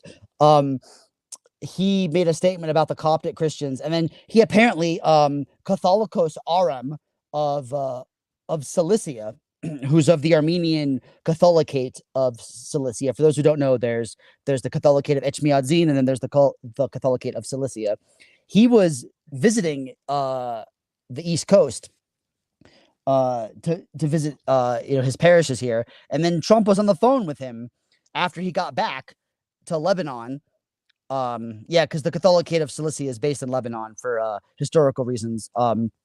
And I'm just like, wow. So Trump is appealing to two major Oriental Orthodox groups right now because, and I'm under no impression that he like gives a shit about Orthodoxy. Like it's because he sees that these people are becoming more important to the American society and he wants their votes. By the way, today's election day. Don't vote. It's gay. All right. I'm speaking of which, I'm gonna go vote in about an hour and a half. Is that why you can't go past noon? No, I can't go past noon. I didn't even know that it was election day when I scheduled this. I just said I'm gonna go past noon because that would be well. Remember, we rescheduled. Hours. We that's racist. We were. This was scheduled like a week ago, and then for Wednesday. Yeah, but remember we were going to do I think last week, and I was coming back from Estes Park. Oh, yeah. It was like I don't think I can like do this big drive and then log in. Do you know Kyle over at Barrel Aged Faith, the YouTube channel? I've heard you talk about him. Oh, okay. Yeah, I met with him last week instead. Oh, okay. We didn't do an interview or anything. We just met at a coffee shop and talked. Okay. He's a cool guy. Well, all that to say, Orientals are becoming important parts of American society. And so, because there's a lot of these like ortho bros and these trad guys on the internet and in real life, like they want to put them down and stuff. And I'm like, I'm pretty transparent about my stuff with them. I acknowledge we're not in communion, that I seek for us to be in communion. So that's why I'm not into like, let's start an Armenian rite vicariate or a Coptic rite thing. Like I would rather dialogue with those churches because I think fruit can come from that. Good fruit, not rotten fruit. I know that there's people that are going to see this and say that. And so it's already been agreed in dialogue with them that like if we reunite, like they can keep their 4 distinct rights. And so if we work towards that and then we grow the Western Rite, I mean, and then we acknowledge that, Assyrians and Chaldeans are also, the majority of them are outside of their homeland. I don't know that the majority are in America, but they're the two major independent churches they have are in America now, like rooted in America. Their leaders are living in America. The people that are running the worldwide global communion of them. It's we're gonna have to deal with that somehow, and I don't. And well, I mean, I think you agree with me that the solution is not just have everybody just become Byzantine, and then because to a lot of people, Eastern Orthodoxy still very much is the Byzantine Church and nothing else. And that's not who we promote ourselves to be, or at least that's not who we should promote ourselves to be. But there's a lot of people who say, no, we really are the one holy Catholic and Apostolic Church. And then when you read like their manifestos about what we are, I'm like, no, you've literally just turned us back into the Byzantine Church, exclusively. And these are converts that are doing this mostly. Yeah, that's hard because like there's an era of the church where like those churches that celebrated the Byzantine Rite were also iconoclasts or under iconoclast bishops. Right. So like, where was the Orthodox Church then? Because the only Orthodoxy that existed was the Church of Rome. So they're the ones who held the orthodoxy of the church during that era. Yeah. So like you've got a real like problem, or even like people that I really like and that I follow will be like, well, like the Western Rite's okay for a while until they learn the real Rite, because that is the worst. That is the real Rite's the Byzantine Rite. They're like, well, like it's the one that's not in it's the one that hasn't gone into like heresy now. And like, well, during the first millennia, there's quite a few times where people that celebrated that rite, the Byzantine Rite, did go into heresy. That's where most of the heresies came from. So like it's not a good argument, but it's not. And the thing is, like historically, Arians, right, the first major thing that we had to call a council for, were liturgically identical to their Orthodox Catholic neighbors. The only spotted difference was they kept an older version of the doxology. The Orthodox Church actually changed the doxology, and this is across all the historic rites that still exist. We all made this change to say glory to the Father and to the Son and to the Holy Spirit, because it was originally glory to the Father through the Son in the Holy Spirit, which is theologically fine if you understand like Trinitarian theology. Well, I mean, nobody really understands it, but like, you know what I mean? But the Arians went with that and said, see, the only real glory is to the Father, and it's through the Son, and it's in the Spirit. And so they abused it. They actually kept the older thing, and the Orthodox are the ones who changed it. And then Arius apparently had like some paraliturgical hymns that he would throw in. But like outside of that, it was pretty much liturgically identical. Whether you were in the West or in the Byzantine world, or you were in Egypt, or you were in Assyria or Armenia, wherever you were, the Arians did the same rite that you did. So yes, and that's to your point, like saying that an entire rite became heretical really doesn't make a lot of sense. Like, and then especially because after these schisms, you still have people celebrating these rites that are in union with the church. Like the Western liturgical rite didn't leave the church in 1098, which is when I attribute the schism. It didn't just leave. Like you still had Amalfi on Mount Athos, and you still had Latin Rite communities loyal to the Byzantine patriarchates when the Crusaders were wreaking havoc. So, and same thing with the Assyrian Rite. Like there's evidence that the East Syriac liturgical tradition was done in the Georgian church till like the 13th or 14th century. And when I learned that in seminary, in this book I was reading, that actually made me more on fire for like, we got to restore this right to the church, because it's not just like Council of Ephesus occurred because that was the like initial schism with that church, which we didn't even address yet. And then it's gone. It's like that is not the case at all. Obviously, Saint Isaac the Syrian is proof of that, because he's centuries after Ephesus. I guess the one argument I can see people making, or not that people make it in general, but I could see being made is that I don't know why, but the norm, the way of the church in the past, like say 3-4 centuries, has been to move towards rites or to like have more dominant rites. So the Byzantine rite in the East was not the only rite celebrated. Well, And no, I within mean we right, just we have multiple liturgies. So part of the year, we'll do the liturgy of Saint Basil during Basel. I've never Basil, heard anyone Basil. say it that way. I've heard Basil, but I've never heard Basel. That's awesome. Um, Weren't you an English teacher? yeah. So Was yeah, being the Saint key word, John right? Chrysostom and Saint Chrysostom, Basil. Chrysostom, Chrysostom, Christostomos.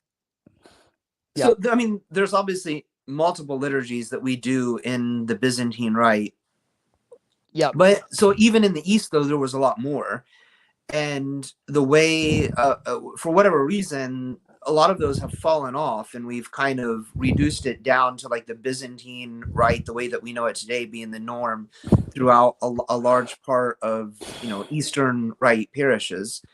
So I don't know why that is, and I'm not making any case that it should have happened that way. It's just it's the way it has happened, and so Right. it continue to be the case, and so we may all be doing Eastern Byzantine rite things in the future. I don't know, but like that does seem to have been the way that the church has gone. Oh yeah, yeah. And look, I just want to make it clear for everybody that, I'm not casting shade on the Byzantine rite at all. I mean, that's how I fell in love with liturgy, was through, my home church in Tennessee, which serves the Byzantine rite. And it was at a Vespers. My first service was a Byzantine Vespers. That was my first Orthodox service. And I was like, wow, this is much richer than even the primary service I grew up with in the Roman church when I was younger. Because I grew up with the Novus Ordo. So Ew. right. Just say no, N-O. Yeah, Novus Ordo, no. correct. Although apparently I actually saw a video. I learned a lot of new things on my road trip. See, that's the thing. I have 2 master's degrees, but I'm always learning things, always. So don't ever let anyone say that they think I know everything, because I don't. I'm always learning. There's at least one Roman church in Chicago that serves the Novus Ordo, but more traditionally. So they face the altar like they face east. And they do like as traditional rubrics as they can. That church also serves the traditional mass too. So I'm like, wow. Do they do it So in Latin or in English? they'll do both. Like they'll mix it. I've I actually didn't seen know. video. I only recently learned that after the Vatican II, when they agreed to do the liturgies in the Roman Church in English or in the vernacular, that they actually, for a while, actually did just do the traditional Latin Mass and celebrated it in English. And this was this period between that decision and when they came out with the Novus Ordo Mass. I'm Yep. like, I did not know that. Yeah, and there was maybe like a 5-year period or so where things that were being talked with at the council were like being fed back into parishes, and so they were trying out these new things. Yeah, that came up in my conversation with Kyle. Is he a Roman Catholic or? He was for a very long time. Okay. Yeah.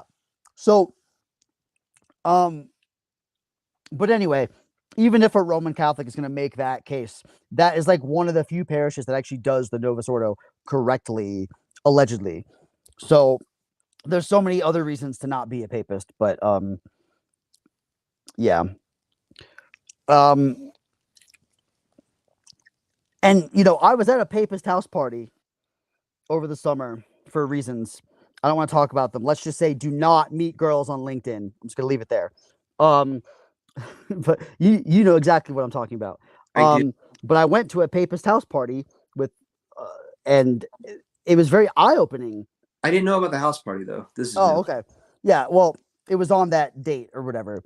And so you had people there that were Novus Ordo, that were TLMers, and then a lot of people had switched into the Melkite eparchy. And I said to them, I was like, you're okay with being in union with the Novus Ordo, even though you've done all you can to like be more traditional in your worship. And they're like, yeah, it's still the mass, and you can actually find some like reverent Novus Ordo stuff, blah blah blah. And I'm like, okay, well, I mean, I don't think it's valid. You know what I mean? So like, I mean, that's your problem. That's not mine. But some of them would say to me like, you can. The guy hosting the party, and God bless him, he's very kind to me. And he was actually Hispanic, so I was able to be like, mi abuela es de Honduras, pero mi español no es muy bueno. And he goes, oh, Honduras, huh? Because like he realized I couldn't really talk to him in Spanish. He was like, but he switched, or well, he attends a Melkite church. I don't know that he actually officially switched, but he said to me, if you come to the Melkite church, you'll see it's the best of both worlds. You can keep everything about your Orthodox identity and be in communion with Rome. And I'm like, but I don't care about being in communion with Rome. In fact, I don't want to be in communion with Rome because they teach bad things. I don't want to be part of that. Whatever problems we have in Orthodoxy, I'm willing to fight through. And I told people this because they were sorry, there's like two different conversations here. So one with this guy, the host, he said to me, he said, when are the Orthodox going to learn, or maybe when are the Orthodox going to realize that unity in Christ is not enough? He said that. And he's like, how many more schisms are you going to have to go through? And I said, well, you know, historically, schisms in the church was a thing. And if papalism was true, the only appeal you would ever need is go to Rome. And that was not usually the appeal. It was often the last resort. But if unity in Rome is the only thing, then the only heresy is disobeying Rome. You know what I mean? Like it doesn't make sense. Well, I mean, it's wild to me if like Romans or papists or whoever, whatever you want to call them, want to bring up schisms, or what did he say? He called it how many what does there need to be? What schisms. Did he say? Schisms. Yep. How many schisms?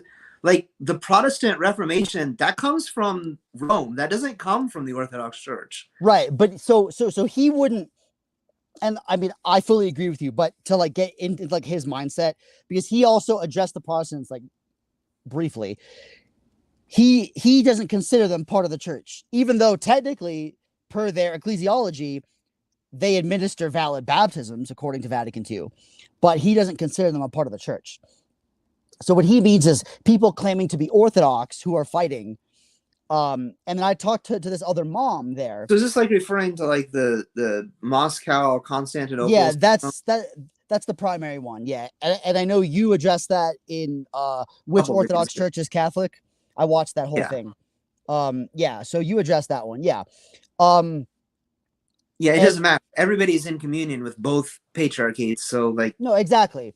But even a lot of Orthodox are not comfortable with the idea of schism within the church. And we need to get over that because it happens all the time, like in front of our eyes. I mean, again, not to pick on Rokor, but Rokor technically was schismatic for most of their existence. I'm not saying they were outside the church because they were always in full union with Serbia and Jerusalem, and then on and off with like Antioch and Constantinople and the Metropolia. Then they were also in communion with some of the Greek old calendarists. So technically they were part of the church for that time too. But they were in schism from Moscow. Yes, and then the Greek old calendarists were definitely in schism from the Church of Greece and Constantinople, even when they were, so it's like, but we still venerate saints like John of San Francisco and other saints from that time period of Rokor. So it's not an insult to say that they were schismatic. They formed for a particular reason that was in schism from their mother church. Not saying they were heretics. I'm not saying but and so now that they've reunited with Moscow, people have like kind of retold the story differently. But no, that was considered a schism. Or even speaking of the Armenians before, Archbishop Tiron, who was the bishop for the Armenian Diocese of Eastern America, he addresses the thing that I just brought up, that there's two Armenian Catholicates, right? They have their own synods and everything, and they both have churches in America. The ones under Etchmiadzin are called dioceses, right? They are diocese churches. And then the ones under Cilicia are what's called prelacy churches, because they call their eparchies here, they call them prelacies. And he, in my thesis, I was like researching this, and so I read this book that Archbishop Tiron wrote about the two Catholicates, and he called the other Catholicate, the Catholicate of Cilicia, he called them schismatic. And then he says, now I want to be clear, they are part of the church. When I say they're schismatic, I'm not saying they're outside the church. And then he says, the Armenian Uniates and the Armenian evangelicals, they are outside the church. And I was like, based, like for his context, that was super like awesome for him to say that, like, the Armenians in union with Rome and then the Armenians that are Protestant now, they did leave the church. They're not schismatics. I think he called them apostates, actually. He said that the Armenians that are under the Roman Church and the Armenians that are Protestant, they are apostates. But the Armenians of Cilicia, they are schismatic. And I don't want to get into all that, but like his use of the word schismatic was not that they're outside of the church. It's just that there was a rift within the church, basically, that caused these two Armenian Catholicates to coexist and to overlap. So I think we can say that there is schism within the church, and that also leads to the Oriental Orthodox thing. I mean, a priest that I served with for a long time, maybe I won't identify him in case he gets in like internet trouble, though his bishop actually likes Oriental Orthodox, so it's probably not a big deal. Father Photius Avant of St. Sava in Allen, Texas. Let's go. He's very pro-Oriental. And he used to post videos to YouTube for a while. Yes, he did. Back pre-COVID. Mm-hmm. And I think he did. I watched a series he did for Lent, Great Lent, one year. Yes, and I shared a few of those. After that.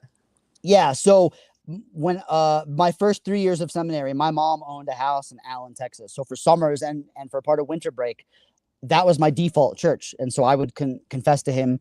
He helped me like really re-embrace punk and metal, like in my spiritual life. So it's very, he's very, Father Photius Avant was very, important to my spiritual growth. And when he talked about the Oriental Orthodox thing, like when people would ask him, he actually said, we are the same church. It's just a temporary schism. And I even was like, that's a 1,500 year.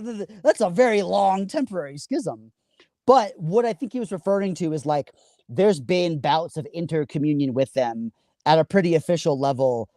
Well, especially in recent time with my patriarchate and the Patriarchate of Alexandria signing agreements with them and stuff.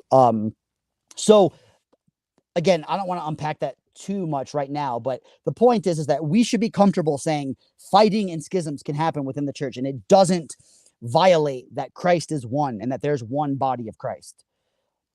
The way someone in seminary, a guy I overlapped with in seminary who was only there a year, he was from a Bulgarian church that came out of the Holy Order of Mans, and his priest had told him the body is beautiful on the outside and or something like that, but inside there's still blood and guts and things like that. And it sounded better when he explained it, but the point is that the inner life of the church is sometimes ugly, and we need to just accept that, because papalism is like all roads lead to Rome, and Protestantism is like, oh, we all just do our thing and we acknowledge each other. And Orthodox ecclesiology is like neither of those extremes. It's like somewhere in between, and that's okay. Like that is our ecclesiology.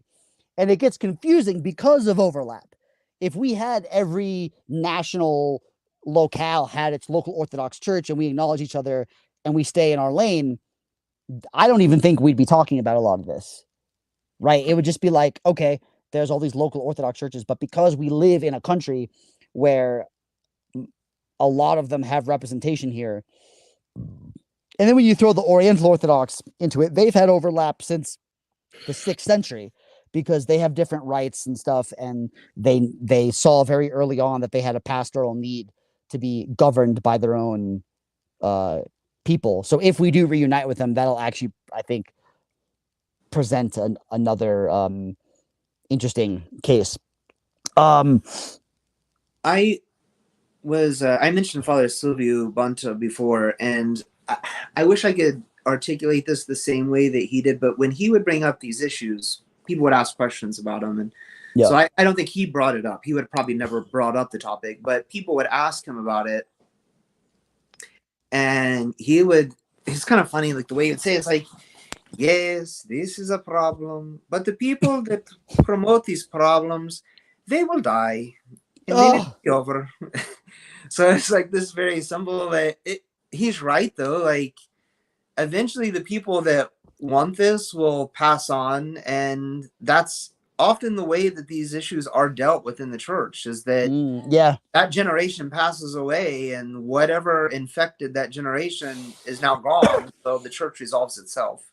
Yeah, well, and sadly, even though we are all one church right now with some of the groups that we've mentioned, in terms of like internal schisms, I don't know that we will be in like 100 years. So, but if we're not, then, you know, that's just sad, but that's how the cookie has crumbled. So I love cookies.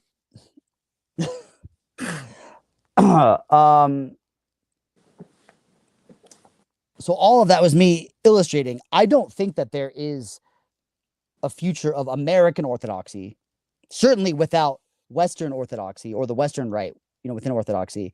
Oh, that's the other thing. At the Western Rite conference, which I went to on this trip, Abbot Theodore of our monastery got up during like one of our meetings where Bishop John was taking thoughts from people about, like, you know, the future of the vicariate and stuff. And Abbot Theodore said, we have to stop referring to ourselves as Western Rite. We are Western Orthodox. He's like, we need to change the name of the vicariate to like Western Orthodox. And it's funny because the video you had with me back in March, you actually called it, you know, Talks Western Orthodoxy. It didn't actually, I mean, we said the word right in the stream itself, but the actual title was just Western Orthodoxy. So you were ahead of the conference there. Yeah. And then I actually asked Abbot Theodore about this. I said, but rights are a real thing. And I've got my All Rights Matter movement. And he's like, I wasn't saying to get rid of the word right entirely. We can acknowledge that rights are celebrated. What he meant was that as Western Orthodox, if we just keep calling ourselves Western Rite Orthodoxy, it doesn't promote the full, I guess, like vision of what that entails. And I would actually agree with that. Because, for example, in the Oriental Orthodox world, you know, if an Ethiopian guy is going to an Armenian service, he doesn't say, I'm going to an Armenian Rite church today. He just says, I'm going to go visit the Armenian church. Yeah. And like, same thing. If a Syriac guy goes to a Coptic church, he's not like, I'm visiting a Coptic Rite service today. He just says, I'm going to a Coptic service or a Coptic church. Or I'm just going to church. Right. Or he might say that, but they're going to acknowledge if it's like something that is different than what they are used to. My only caveat there would be, though, is that we are a vicariate of an archdiocese that's of a Byzantine patriarchate. So I don't think it's wrong to say Western Rite. I don't think Western Rite invalidates our Westernness. I think we're just acknowledging that we are part of a canonical church. We're just celebrating a different rite. If it ever grows to where we are our own jurisdiction, then sure, Western Orthodox makes sense. So anyway, and Bishop John just said, do it. Like, be that future. Start calling yourselves Western Orthodox. Drop the word right from whatever context it might be appropriate in. Because, you know, most people in the Eastern Orthodox world don't call themselves Eastern Rite or Byzantine Rite unless they're talking about another rite as well. Yeah. You know what I mean? Like, you don't go around going like, I go to an Eastern Rite church. You're like, I go to an Eastern Orthodox church. Or even just some people say Eastern Orthodox. That's probably I don't even like that. I just say I'm an Orthodox Christian. That's it. But see, most Western Rite people acknowledge that we are canonically Eastern Orthodox because we're not like uncomfortable with our situation. Like, Well, most people in general, like it's probably different for you because you probably talk to a lot more Orthodox Christians than I do. But unless Probably. I'm at church, I'm not talking to an Orthodox person. And most, like 99% of the people that I'm talking to have no idea what the Orthodox Church is. Now, it is becoming more common and more, people are becoming more aware of it. But like, yeah, for the most part, it's rare that I come across somebody that's really familiar with it at all. I'm So if I texting a just say I'm an guy. Orthodox Christian, that's far enough out. Like I'm already off their That's comfort true. level. Yeah. I guess I need to remember I'm very well traveled and very cosmopolitan. Cosmopolitan. I'm all rights to all people.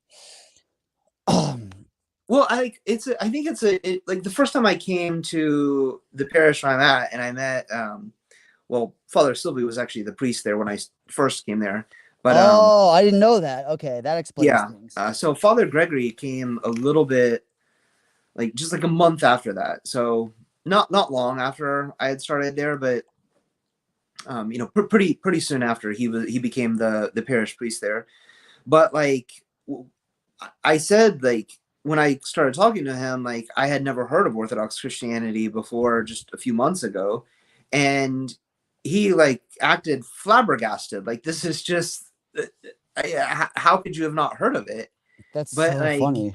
in his case, like he's a cradle Orthodox person who was raised by a priest, an Orthodox Christian priest, and became an Orthodox Christian deacon and then priest. So his whole life has been within the church. And I think for a lot of people that are in that same scenario, that are cradle Orthodox and raised in Orthodox communities, like they don't realize how uncommon the Orthodox Church is, or how unfamiliar like the average person that you interact with or meet, they're not going to know what it is. They've never heard of it. Or if they have, and this was me, I had heard of like the Greek Orthodox Church or Yeah. the Russian Orthodox Church, but for the average American, this is like talking about the Chinese Presbyterian Church, or like the Oh, you know about them? No. yeah, the Korean Baptist Church or something. Like it's an ethnic church for like people of that ethnicity. It's not for everybody, or that's the way that they would think of it anyways. Yeah. So like Uh-huh. when they discover like, well, it's just the Orthodox Church under the patriarchate of Constantinople or Moscow, or of Washington D.C. in the case of the OCA, or something like that, or Antioch, then like that kind of opens your eyes to an entirely different concept than what any American person that was not raised in the Orthodox Church would be familiar with. Yeah.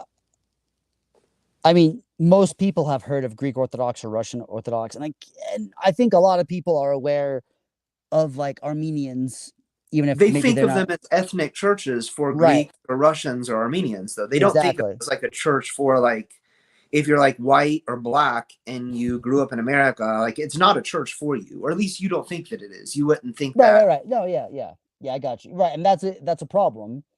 And um I'm not going to be so bold as to say the Western right will fix that, because I don't think that's the only solution there. It's a good solution for white and black people. So Yeah, well, and that's the thing.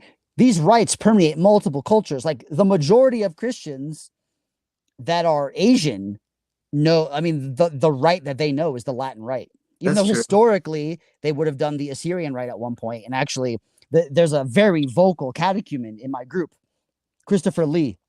I met him at the conference, at the Western Rite conference in Katy, Texas, because he goes there. So he's a catechumen at a Western Rite Antiochian church, but he is really enthralled with the Assyrian Rite, because he understands that his ancestors, like that were Christian anciently, would have done that. And he supplied some evidence that I wasn't even aware of.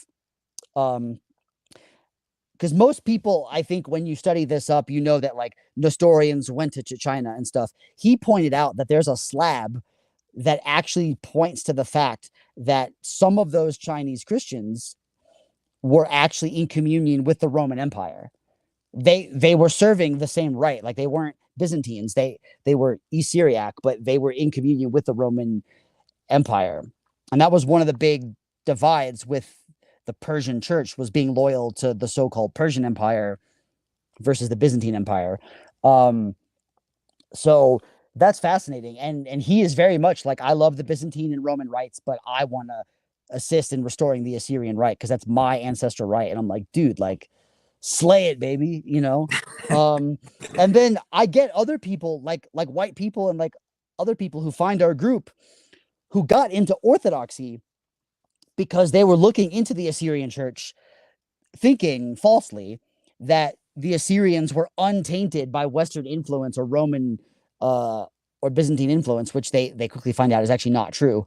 So that somehow they're this pure kind of Christianity. And then when they realize that's not true, then they bounce over to Orthodoxy, but they still carry this great love for the Assyrian liturgical tradition. So I mean, I'm amazed at the, even though that group only has like just under 800 people, the different kind of people that have come into that Facebook group, you know, over the 4.5 or I guess almost 5 years that I've had it on Facebook now. It speaks to people even beyond the borders of people that are ethnically from Iran or from Iraq or whatever. And then you have the Russian mission in Ormia, which brought in Assyrians and Chaldeans for a time that did their right. That's like the big photo I have in the backdrop on that group. And that's, I guess, like over an hour ago now, I said the Russian church is the only other logical place for them to go, is because there is a relatively recent history of the Russian church having Assyrian communities. But the downfall was they eventually made them adopt the Russian use of the Byzantine rite, like they've done with the Western right now. So I think Antioch seems to be the only place where they could potentially be purely, still being fully Orthodox, but being more pure to their ancestral right. And so, yeah, I guess that's where an area I don't take as much issue with, because a lot of these rites have been very fluid within their own existence. Within their own right. Yeah, within their own right. Well, yeah. Oh, so it's like there's quite a bit of variation. So like if like absolutely. Go ahead. Oh, sorry.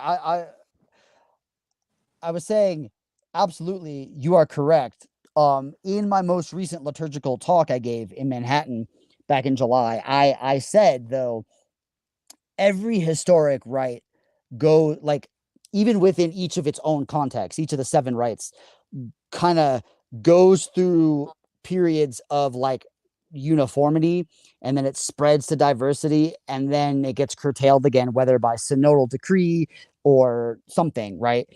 So what you're saying is true. And again, I want to be clear that I'm not saying that you can't have a Byzantine rite that takes Assyrian influences or that takes Western influences. I'm just saying it's not a replacement for those rites, or it's not the same as doing those rites.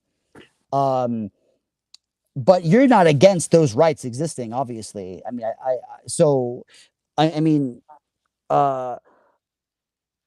no, I'm pretty much a proponent of Orthodox Christianity, and whatever rite you need to get to that state is, I don't even care. Like, yeah. Well, in like, I think it's enlightening for me. I don't think I have the book over here right now. If you read St. Bede's Ecclesiastical History of the English People, like there's this conversation of letters that go back and forth between St. Gregory the Great and St. Augustine of Canterbury. And in the letters, he says that you are familiar with the Roman rite that you grew up in, but as you go through and have traveled from Rome to England and have interacted with these people along the way, take whatever is necessary and that you see beneficial that would be appropriate to those people to use in the rite that you develop for them. Yeah.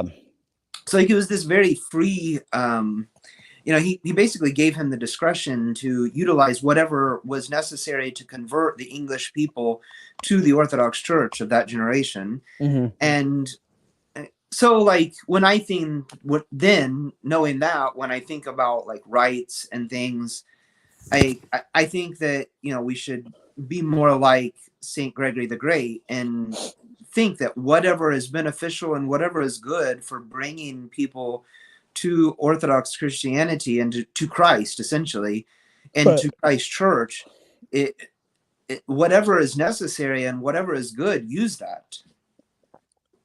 Yeah, no, and I'm glad you said that, because that is the bottom line. Like, I think there are people who would want to accuse me and others of being on some kind of spiritual playground, or like who like to gently remind me that, you know, liturgy is not an academic exercise or something. I mean, I feel like, you know, to completely put down academia would be to fail to recognize the role it's actually played in the church.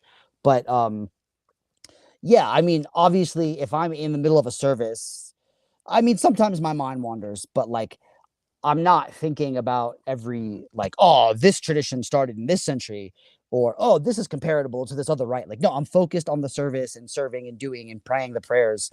But yeah, it's it all has to do with the salvation of the people. I care a lot about the Assyrian rite because I care about the Assyrian people. You know, I see a parallel with them and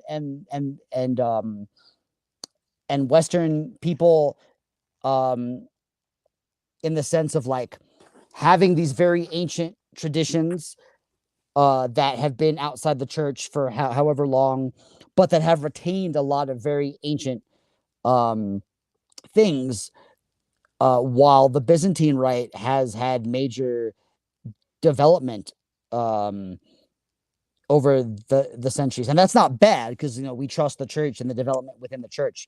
But one thing people don't realize is the Western Rite and the East Syriac Rite are probably two of the least changed rites in all of history. Because in fact, the first mandated attempt at liturgical uniformity that we have on record was actually in the Persian church, in what we now call the Assyrian realm. The Synod of Seleucia in 410. It was like, we're gonna follow the usage of what Seleucia Ctesiphon is doing. So you calm down there. Good. I just noticed there was comments. Yeah. So God bless her, because she's in California. So it's an hour earlier for her than it is for me. So it's 8:07 for her right now. There we go. Oh yeah. That's what I'm talking about. So I know we've addressed this before, uh, but since, you know, well, I mean, you were just talking about this with the diversity even within the West. Certainly, even within the Western, I have no problem saying it's still the Western Rite, but there's different liturgies historically, like the Gallican, like the Ambrosian, even the Sarum or the Celtic. But those have all died out for various reasons. The Latin and the Anglican usages are the living traditions. And I'm not against reviving these other liturgies, but it's been proven they can't be the heartbeat of a parish again. It'd be like a Byzantine church saying, I want to do the St. James liturgy every Sunday. Like, you just can't do that. You know, if you're blessed by your bishop to serve it on certain days, great, but it's not the living tradition of the church anymore. And I've served at the parish I was at in Maine. We did the Byzantine form of St. Mark like 3 times. Um, and so, and actually the catechumen Christopher brought to my attention that there is an anaphora of St. Ephrem the Syrian that was retained by the Orthodox in their Assyrian, like by the Orthodox Assyrians post schism, that is no longer used. And I'm like, okay, that would be fun to restore if we can, but like, let's focus right now on the living Assyrian tradition. And then once it's back in the church, then maybe we can focus on, hey, let's bring back some of this other stuff that kind of died out. But That's a really beautiful name, Celestina. well, is that how you say that? Yeah, remember she would comment a bunch on our last live stream. She was Celestine. Celestine. Yeah. or may wait, did she comment on ours? Yeah, I think she did. Because she knew about you ish. I mean, I had to remind her. She said like all white people look alike or something, but I was like, but I have an exotic name, you know? Yeah. Uh All hillbillies look the same. yeah, I guess. Well, and then she was like, you East Coasters, and I'm like, hey, I'm in Colorado right now, so it's early for me too. Not as early as it is for her, but my mom was not awake when I went upstairs. Usually she'd be awake by now. Hope she's okay. Um Yeah. yeah, I'm not ready for her to die yet, so need to That escalated quickly. yes. She's in her 70s, so I hope she's got like a few more decades.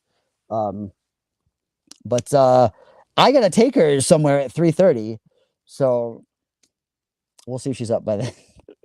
Usually she's up before I am normally, but maybe she knows I'm doing this, so she's just like laying low or something.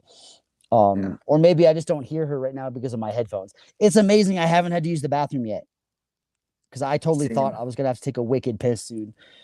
Now that I say that, I feel it building. Not that anyone needs to know that, but yeah. So I think all of these different liturgical rites in the way that they're done right now are relevant to the American scene, and obviously, like I think cases like Mari Emanuel, like even though he's standalone, there's a lot of Assyrians in Australia. And even like the major producers of the calendar for the Assyrian Church of the East that I look at, they're in Western Europe. So these communities are going to be growing due to, if nothing else, due to immigration outside of their homelands, and they already are. And we're going to have to come up with a pastoral way to deal with that. Like, even if it seems like maybe in random somewhere in America that you don't come across these people, there are parts of the country where you will, for sure. Um, there was an Antiochian priest who defected to the Assyrian Church of the East. That was the church of his childhood, and he went back to them after serving at the Antiochian Church in Alaska. And he joined my Assyrian group a few months ago, and his patriarch is in the group. He's been in there for years. So these big wigs are in the group, but they don't really interact much. I'll even tag the patriarch because I don't want to misrepresent him or like stuff, but he doesn't really interact. He'll just like if there's a comment that seems like it's anti Byzantine, he'll and I'm like, I don't mean the same thing you mean by that. I'm criticizing a Byzantine only mindset. I'm having deja vu. I think I might have adjusted this in the last live stream, or I've definitely said it multiple times on a recording. But as Father Patrick Cardine of St. Patrick's in Bealton says, redundancy is a good thing. So, yeah. Which reminds me, that Papist house party was in Virginia. I was attending St. Patrick's that whole week. So I was telling those people, I'm going to a Western Rite Orthodox church right now. Oh, you don't know what that is? It's like the opposite of you guys, But this one mom was like, not exactly. Like she knew about it. She goes, those were Protestants who like got into liturgy and then joined. Like you didn't take them straight from Rome. And I'm like, oh, so you're bragging about stealing people from the Orthodox now. That's great. But I mean, that's not wrong. I think that was like an Episcopalian church or something that they were charismatic. It was called charismatic Episcopal. Well, and that's the thing. People want to talk about reverse uniatism or the uniate solution. People have said to me, I admire that you want the churches to reunite and that you embrace liturgical diversity, but is a uniate solution really the way to go? And I'm like, what does that even mean? Because the word uniate strictly just means someone that unites, right? So it has all this baggage now because of the uniates under Rome. But we did talk about this in the last video, so this is good. Yeah. Right. So I have no problem with people calling Western Rite reverse uniatism as long as we understand the context is different than, Roman Catholic unia. And so, yeah, I don't really see I don't know what these people would propose. And then how people think it should be done. Over the summer, I got antiquated with a friend of mine from the Dallas area who is now a seminarian at St. Ticon's, and he's actually a deacon. And he's in the OCA, but he's like somewhat interested in the Western Rite, and he was saying, like, what would you say to people who would basically say, Oh, I think we lost your volume, Stefan. sorry, I was adjusting and I hit the mic. He basically was asking, what would you say? Yeah, about people who would argue Western Rite, but even Assyrian Rite, that it would only work if you brought in an entire diocese or entire groups of people, rather than just like a parish here, a parish there. And so I said, I understand that, and I think most people would say that's ideal, but I think you can actually, in the long run, do better parish by parish, because think about receiving an entire Anglican diocese or even an entire Roman diocese or an entire Assyrian diocese into the church, letting them keep their rite. How well catechized are these people going to be if you're bringing in hundreds or thousands of people at once? I think parish by parish is much better. It may take longer, but you're going to ensure that the people you're producing are like thoroughly Orthodox. And that is, I mean, nobody, people try to, but there's been a lot of like haters of the Western Rite who go to St. Patrick's and Bealton specifically, and then leave like kind of conflicted because they're like, wow, this was beautiful, and clearly something great is happening, and these people are thoroughly Orthodox. One person I met who I think is he's a seminarian at St. Vladimir's now. He said St. Patrick's and Bealton is so Orthodox that it hurts. That, like, they're so committed to Orthodoxy, but they're also very much committed. Well, it's not even a but. It's within that. They're very committed to the Western expression. And part of it, Father Patrick Cardine says he never thinks about what's the Orthodox way to do something. He just does it. The most recent, I've brought up Kyle a couple of times now, but the most recent interview on his channel was with Father Patrick Cardine. They were doing an interview on Hallowtide. Yeah. Oh, okay. Yes. I haven't watched that yet, but I've seen the video make its rounds. Yeah. I think I've watched at least half of it. Okay. It's still on my watch later category. Yeah, because we just, in the Western Rite, we just had All Saints, All Souls. But commemorated on the 3rd was Saint Winifred, and you brought up that name as part of your family. So, yeah, because even in the All Saints, my dad's name. Yeah, the male version of Saint Winifred. Right. In the All Saints octave, you still commemorate individual ones that might pop up because their dates were set before the octave was. But yeah, what was the Saint? Shoot. Yeah, he went to the Germans. He cut down. Saint Boniface. Saint Boniface. Saint Boniface's name before he was tonsured a monk was also Saint Winfred. Oh, okay. Well, he wasn't Saint Winfred. His birth name was Winfred. Right. When he became a monk, he was tonsured as Boniface. Well, some saints are actually saints who convert, if they have a unique name, are often venerated by their pre-baptismal name, like Saint Vladimir, for example. Okay. But other cases, interesting, like, have you ever heard of Saint Simeon the Myrflowing? He's a Serbian saint. No. Okay, well, there's Saint Simeon the Myrflowing, and then there's Saint Stefan Nemanja. They're the same person. Stefan was actually his pre-monastic name, but you'll see, like, I've seen churches named for either one, but it's the same guy. So this idea that, like, your old name is dead now and, like, you can't use it is actually not the case historically. I remember I was calling Saint Joseph the Hesychast, I was calling him Saint Francis because his birth name was Francis. And a classmate of mine from seminary, who's a priest now, he got on me. He's like, come on, Francis died to the world and he's Joseph now. And I brought up the Serbian thing and a few other things. He goes, all right, I guess now we officially have an Orthodox Saint Francis. And I'm like, yeah, we do. Now, why a Greek family would name their child Francisco, I have no idea. And I don't know what name they baptized him with, but his secular name was Francis. So Well, I got that the name Justin because my mom liked this guy that was on a soap opera, and his name was Justin, so she named me Justin. oh, that's Maybe they were awesome. similar. Maybe they were listening to some radio broadcast. And when was Saint Joseph the Hesychist born? Like early 1900s. Mm-hmm.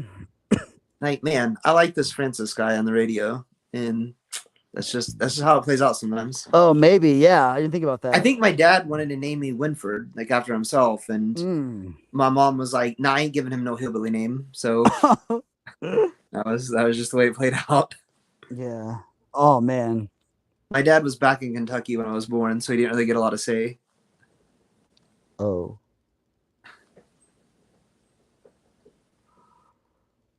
Okay. Did you lock up or? No, I just didn't know if that was like some kind of unresolved family drama or something. Nah. I was gonna give you a safe space to work that out in. I mean, maybe it is. I don't know. I wasn't. I don't remember. I wasn't there. So what is your rank in the police office tree right now? FT. Well, I'm not. I have an FTO, so I have a field training officer. I'm just a rookie. You got a rookie. I'm the first year. Okay. Okay. I wanted to properly address you, when in the future. So I am an officer, but the Officer the Justin. guy, the sergeant over the area, when we started the academy, he said if the police academy is a barrel, there's the scum at the bottom of the barrel. He said you're not even that. You're below the barrel somewhere. Wow. So when we graduated, he Keeps said, you humble. he said, if you remember, I told you were below the barrel.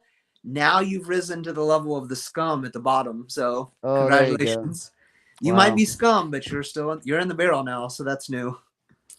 So I guess I've risen to the category of the scum at the bottom of the barrel. Mm. This explains a lot actually about things. Yeah.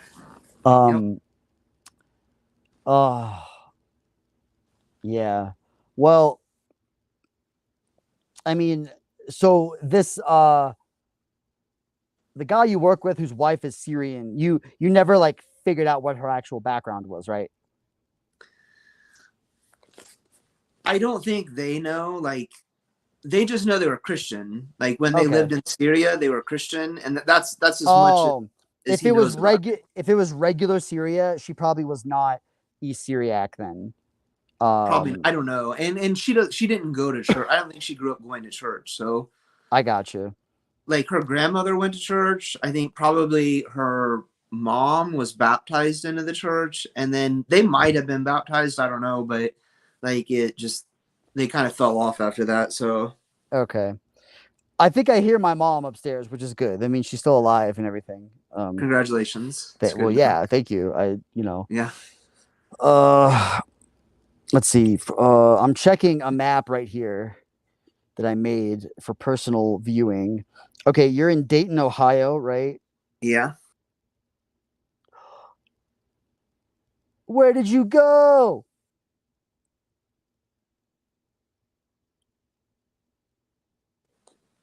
You scared me. You're like, yeah, bye. Like, yeah. Oh, so all right. Ohio. Okay. So let's see here. Why am I having a hard time finding that?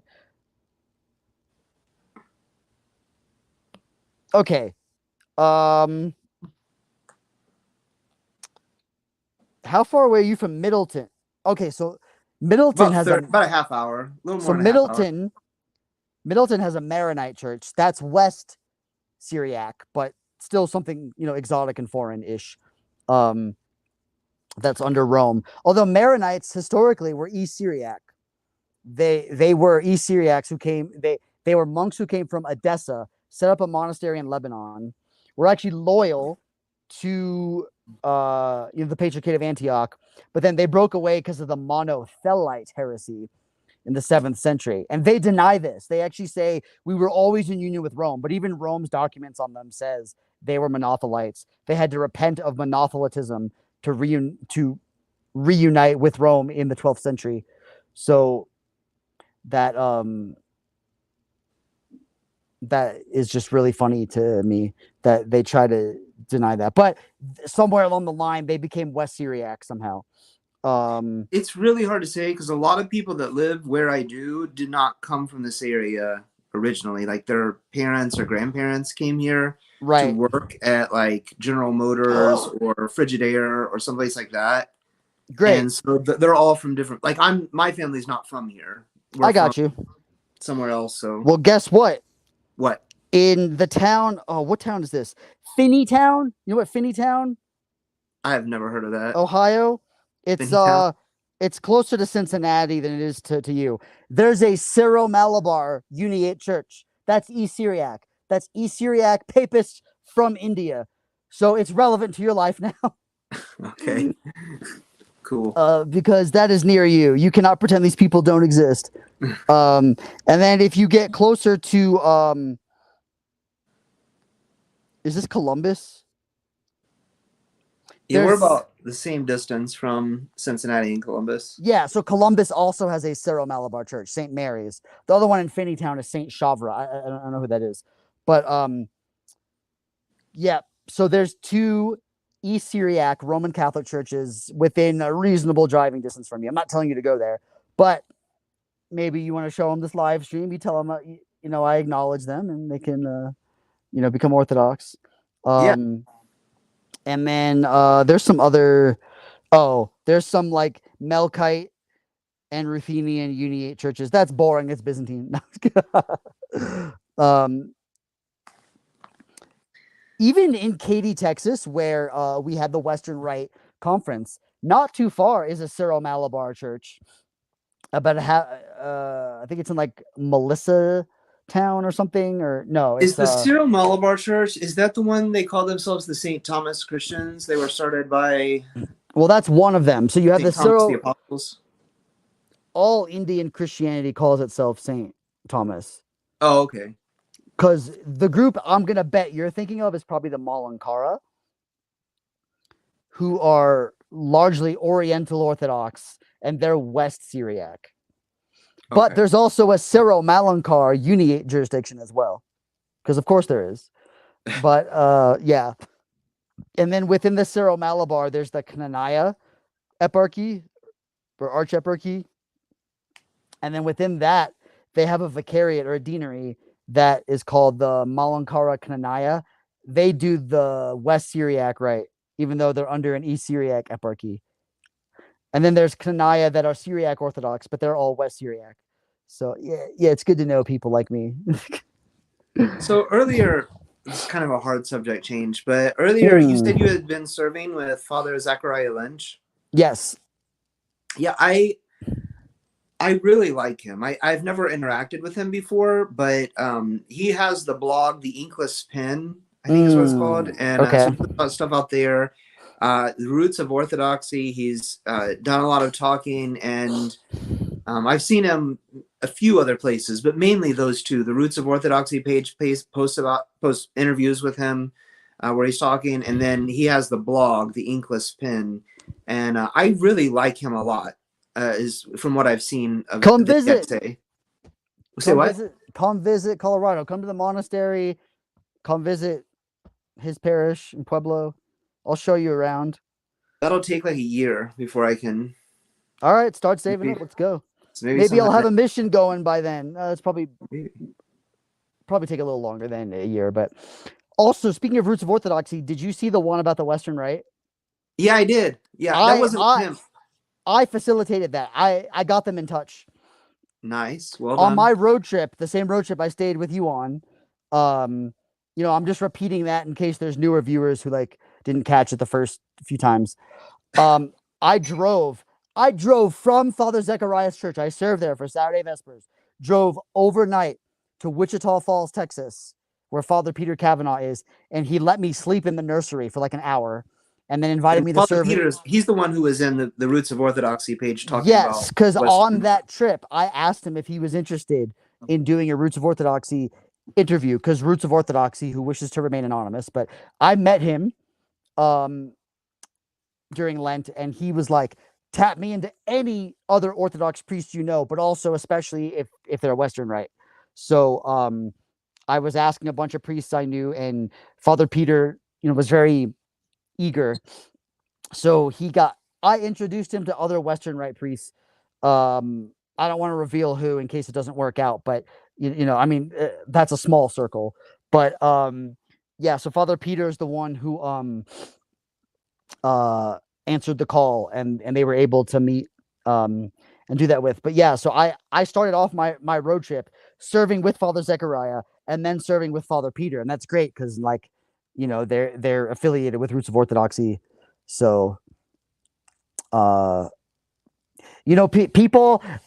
the classmates of mine I stayed with in seminary in Katy, I said, your degree of separation within Orthodoxy, when you factor me in, goes down by 1.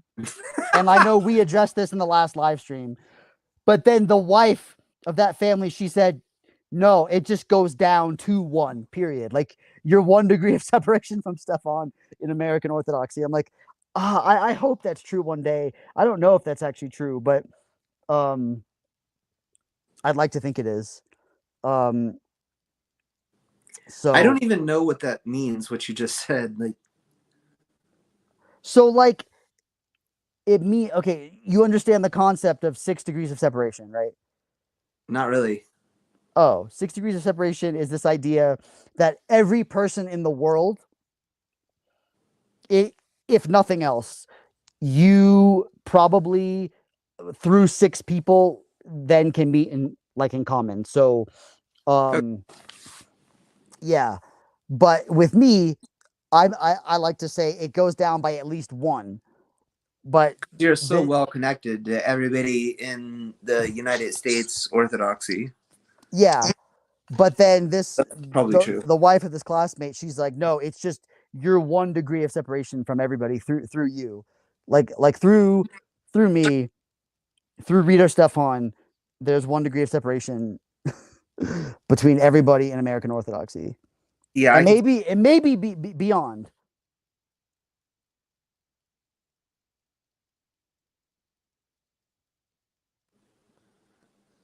I literally just stood still until you came back. And maybe beyond, because I know people now that have gone off abroad or returned to their motherland, even though I haven't really done a lot of world. Yeah, I haven't done any world traveling actually. But I also know people outside of the USA. So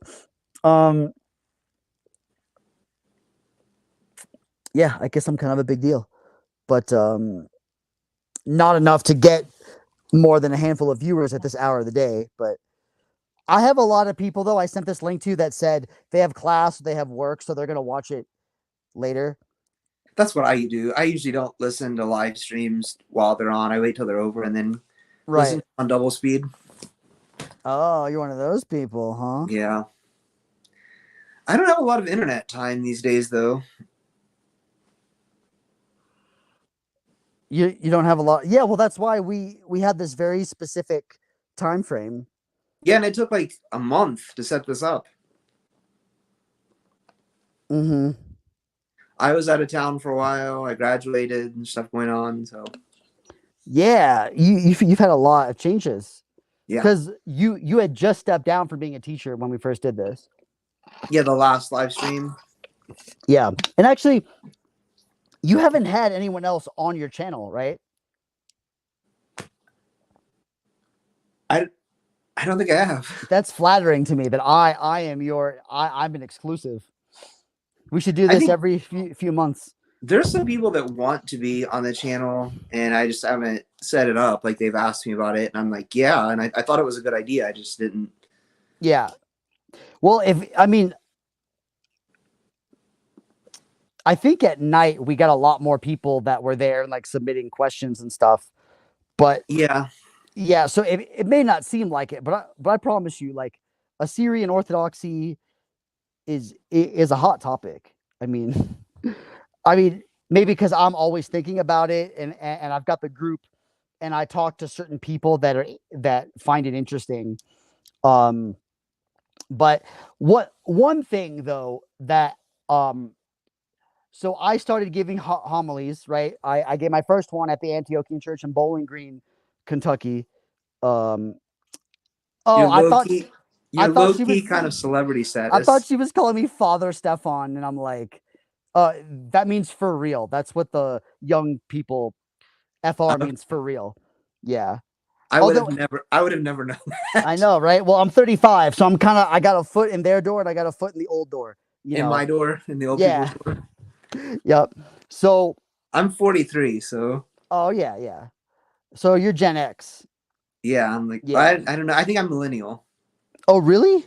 Yeah, I was born in 1981. No, that's Gen X. Oh, okay, maybe I'm the next. You're like towards the end of Gen X, but it's still a Gen X. Yeah. Yeah, Um. we don't know how to get on the internet, so you know. Yeah. No. No. But a millennial would definitely. Well, sort of. Actually, there's certain technological things I find confusing, but anyone that ever so if someone says to me, "Are you a priest?" I say, "No, I'm a reader." But if they say, "Are you a father?" specifically, "Are you a father?" I say, "No, but you can call me daddy." I say That's so that. that's I so lame. I say it to guys and girls alike, so it's not creepy. No, it's still creepy. Maybe it might even be worse. um, but so I gave so in both of the homilies I've given, because I also gave one at St. Columba's in September. You know, since I'm new to writing homilies, I kind of stick with what I know, which is comparing of different liturgical rites. And by the grace of God, I have been given the opportunity to preach on days where that makes a lot of sense because of the different fasting practices and things like that that center around the feasts I've gotten to preach on or near. Um, but a fellow reader at that church who also has the blessing to preach, he wasn't there the day that I preached, but I sent him my homily and he gave me some unsolicited advice. And he just said, um, I mean, he gave me a bunch of compliments, but then he also said, think about like, why should someone care in their fight with the devil about why it matters what these other liturgical traditions do? And other people have asked me this over the years. He was saying it in a more like way to help me and to guide me in future uh sermons. But other people have asked me that in like a combative way. Um and so my first reaction is I don't get why it doesn't matter. So you live in Dayton, Ohio. You're not terribly far from a Coptic church, from an Eritrean church, from an Ethiopian church in Columbus that I failed to get to when I was staying because I couldn't wake up at the crack of dawn. Um, and also, as we just saw, you've got a Uniate Maronite church and two Uniate Malabar churches near you. So even if you're not tapped into these communities, like they walk among you. Wouldn't it be awesome if you ran into like a Syro Malabar guy at like a restaurant and you knew nothing about it except from what I've told you? And he mentions he's Syro Malabar, and you say, "Oh, you guys do the East Syriac liturgy." You're probably going to warm that guy's heart. He'll probably be so Probably. happy. And I know this for a fact because a classmate of mine in seminary, Father Simeon Halsell, he's an Antiochian priest. For some reason, he and I talked a lot about the Assyrian rite when we were in seminary, and I actually don't remember exactly why. I think he was just open to liturgical diversity and stuff. So I made a joke that he was going to be the vicar general for the Assyrian, like whatever that we have. Um, well, he called me during the COVID quarantines, and the parish he was at in California, he was like, Stefan, I have a parishioner who is the granddaughter of an Assyrian priest. And she and her family chose to become Orthodox, but she still has a blessing from the prior priest here to like do like the East Syrian daily prayers as her prayer rule and stuff like that. And when she saw that I knew the difference between the Assyrian and the Byzantine liturgies, she was so happy. And I'm like, that is why it matters. You know what I mean? Like people matter. People are in these churches, and she's obviously content with being at like a Byzantine Orthodox church, but still carries a lot of her Assyrian like identity and liturgics with her. And I don't want to be too bold about my role here, but that is by the grace of God that I happened to talk with that classmate of mine in seminary about the Assyrian rite, who then later had a parishioner, and maybe he's had more since. I haven't talked to him in a few years, and he was able to make her day, maybe make her life, because he knew about the Assyrian rite and he understood that it wasn't the same as the Byzantine, and that mattered to her. So, and if you add all that up, like all these little things that can happen, I mean, yeah, like we said before, it's all for the glory of God. So all these groups that we think of as being obscure, like they are going to fill the American populace, and we're going to have to, again, engage with them if we're not already. And like, yeah, I'm in Colorado. I'm in Salida, Colorado right now. There's probably 0 Assyrians that live in this town. I would love to be proven wrong about that. There were some Greeks here at one point. There's one Greek lady left from the Greeks that used to meet here. So starting any kind of thing here is going to be hard, right? Western Rite is what a lot of people know here, because there is a Roman church. There's an Episcopalian church here. The Episcopalian side chapel here is where the Greeks used to rent to do services in this town. But then, on the other hand, the Orthodoxy most people have heard of here is Greek Orthodox. At the hospital, because I just had a medical appointment yesterday, at the hospital, my religion is listed as Greek Orthodox because that was an option. I was like, yeah, that's what I am, right? So I know I've had a few things where they listed me as Greek Orthodox. yeah. But for the police department, I got some form back, and I don't even remember where I put it down at, but it said religion, Orthodox Christianity. And I was like, oh, that's wild. Because usually they're not like typed out, or they're not like something you wrote in. Like it's a drop down category, and the person has to find it, whoever puts your information into a system. So that means that Orthodox Christianity was its own category without having to have like an ethnic affiliation tied to it. Right. And that's the thing. Like, if you're in an area where there's multiple rites available, I don't know anyone who's going to put Western Rite Orthodox. Like, Yeah. If I'm dying, only an Orthodox Western Rite priest can come to me. Like, no, like they're not going to do that. I mean, as far as I know, I don't. And same thing. I would hope anyone who is Greek or Russian or Serbian and they have that listed, they're not going to refuse a priest that's not of that jurisdiction. Although the Greek lady here that I met with, because her cousin goes to the Greek church in Pueblo that I used to serve at more. So I was bringing her some things that she gave her from like a dinner that we had there. And I was trying to get like information, like, what about if we started something up again? And she said, yeah, there's no more Greeks left. I'm the only one. And I'm like, well, like the priest that was coming here to serve, he's not ethnically Greek. And he actually was a priest of the Antiochian Archdiocese at the time, but just like serving in the Greek Archdiocese. And then my mom brought up Antiochian and Western Rite. And this lady was all kinds of confused. She had never heard of either of these things.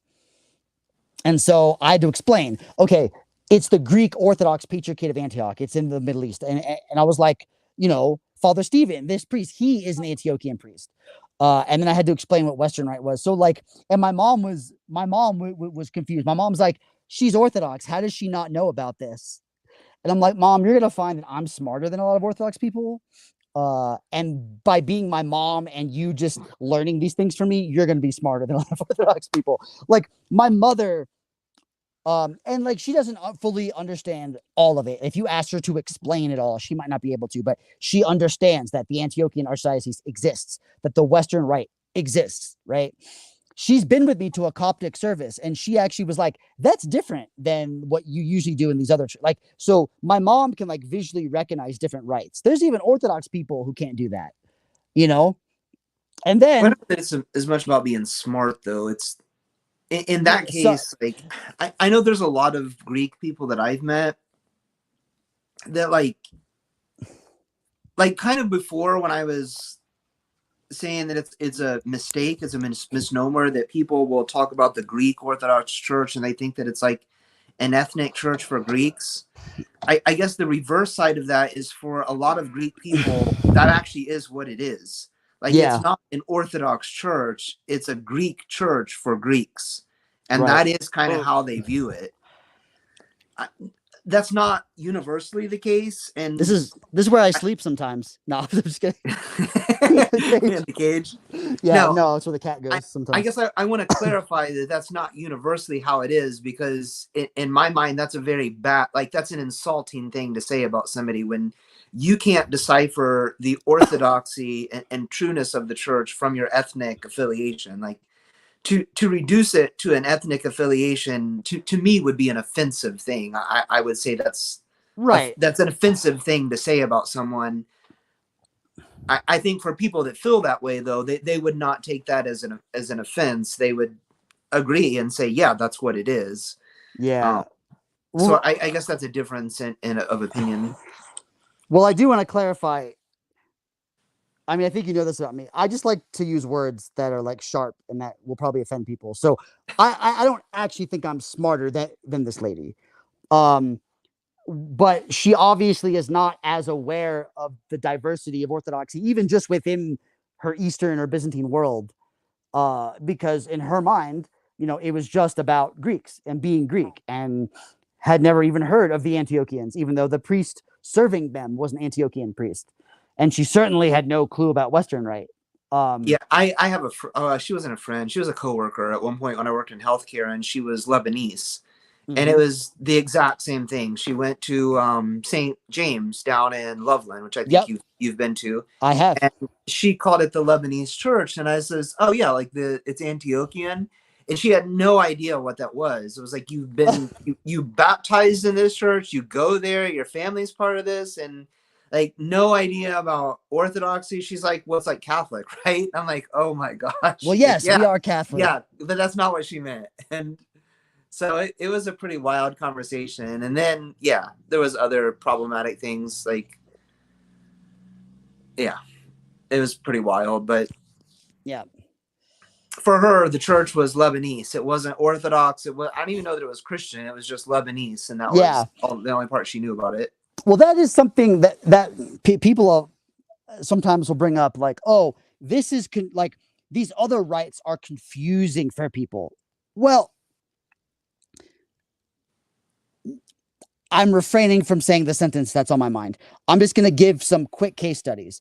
My aunt, who's a Southern Baptist, right? She's in Tupelo, Mississippi. We have an Antiochian Orthodox church there that serves the Byzantine Rite. I actually was blessed to be with them this summer in the last service. Oh, that's my cat.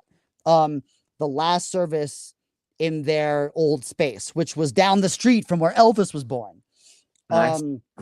Yeah, and that actually, to me, that's not their old space. Their old space was a storefront or like an office that they're no longer in, but now their newer old space, because like a building was donated to them.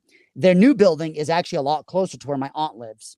So my aunt, for like over 10 years, and this is my mom's sister, right? Because my mom is from Mississippi. She's from Columbus, Mississippi, not Ohio.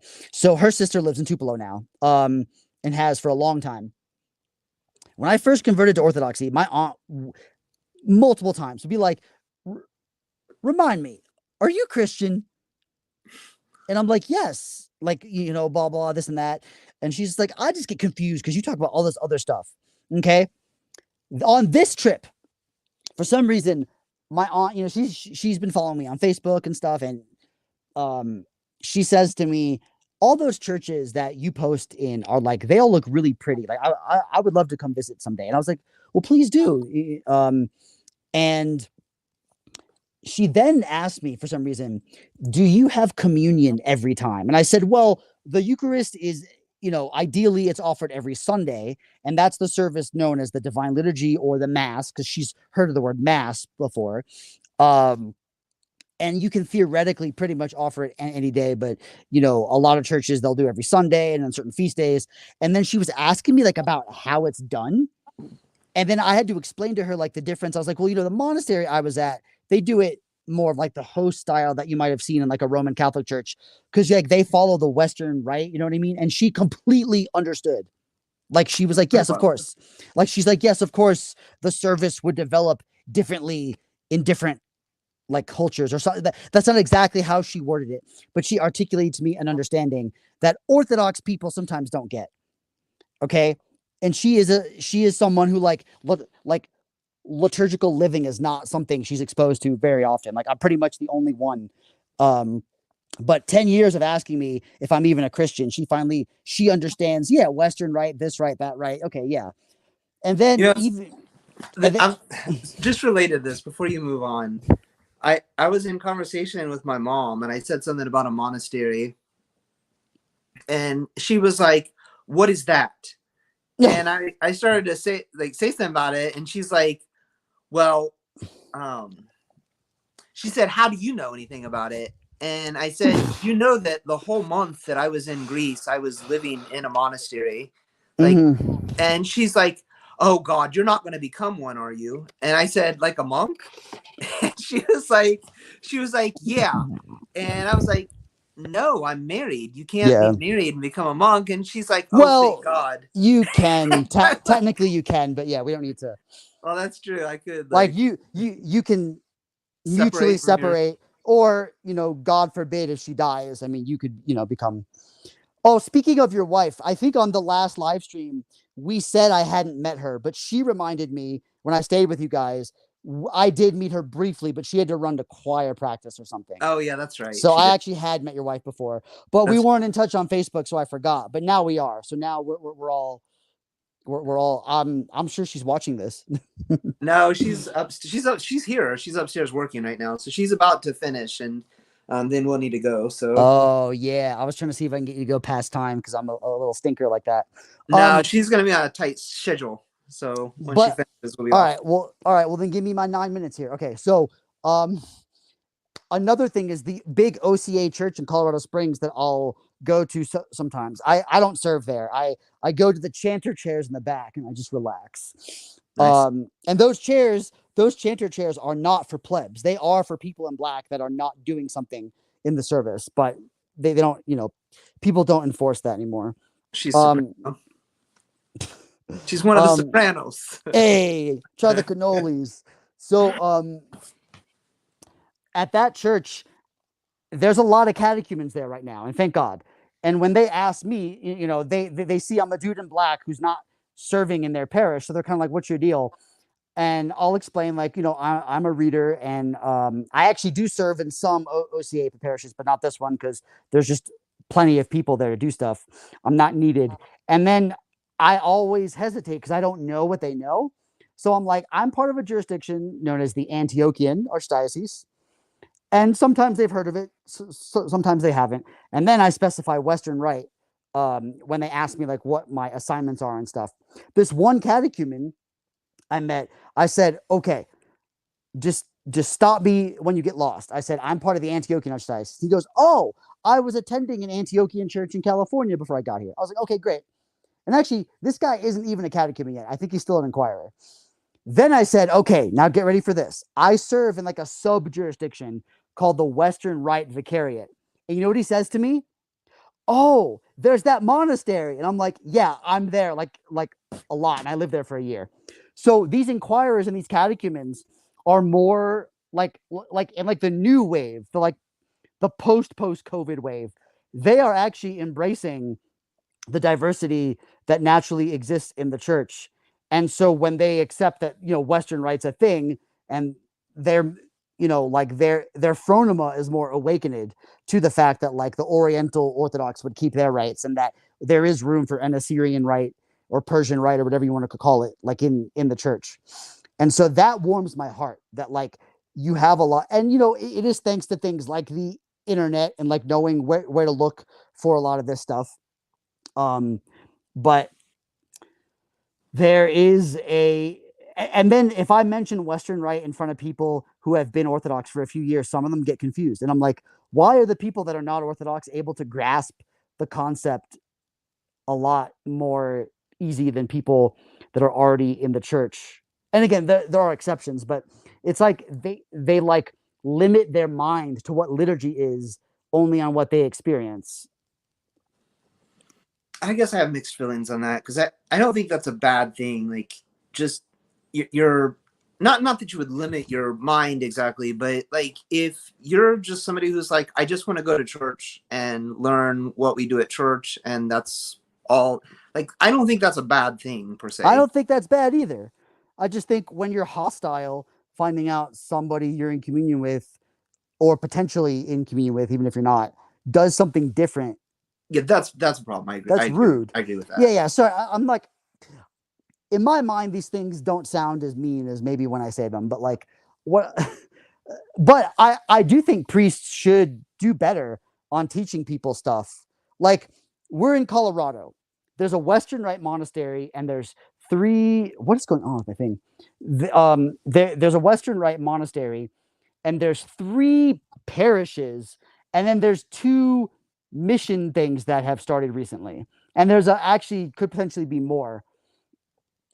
So priests, as part of their catechism in Colorado, if nothing else, should at least mention that the Western Rite exists, especially if they're Antiochian. You know what I mean? Like, I feel like that's not a lot to ask.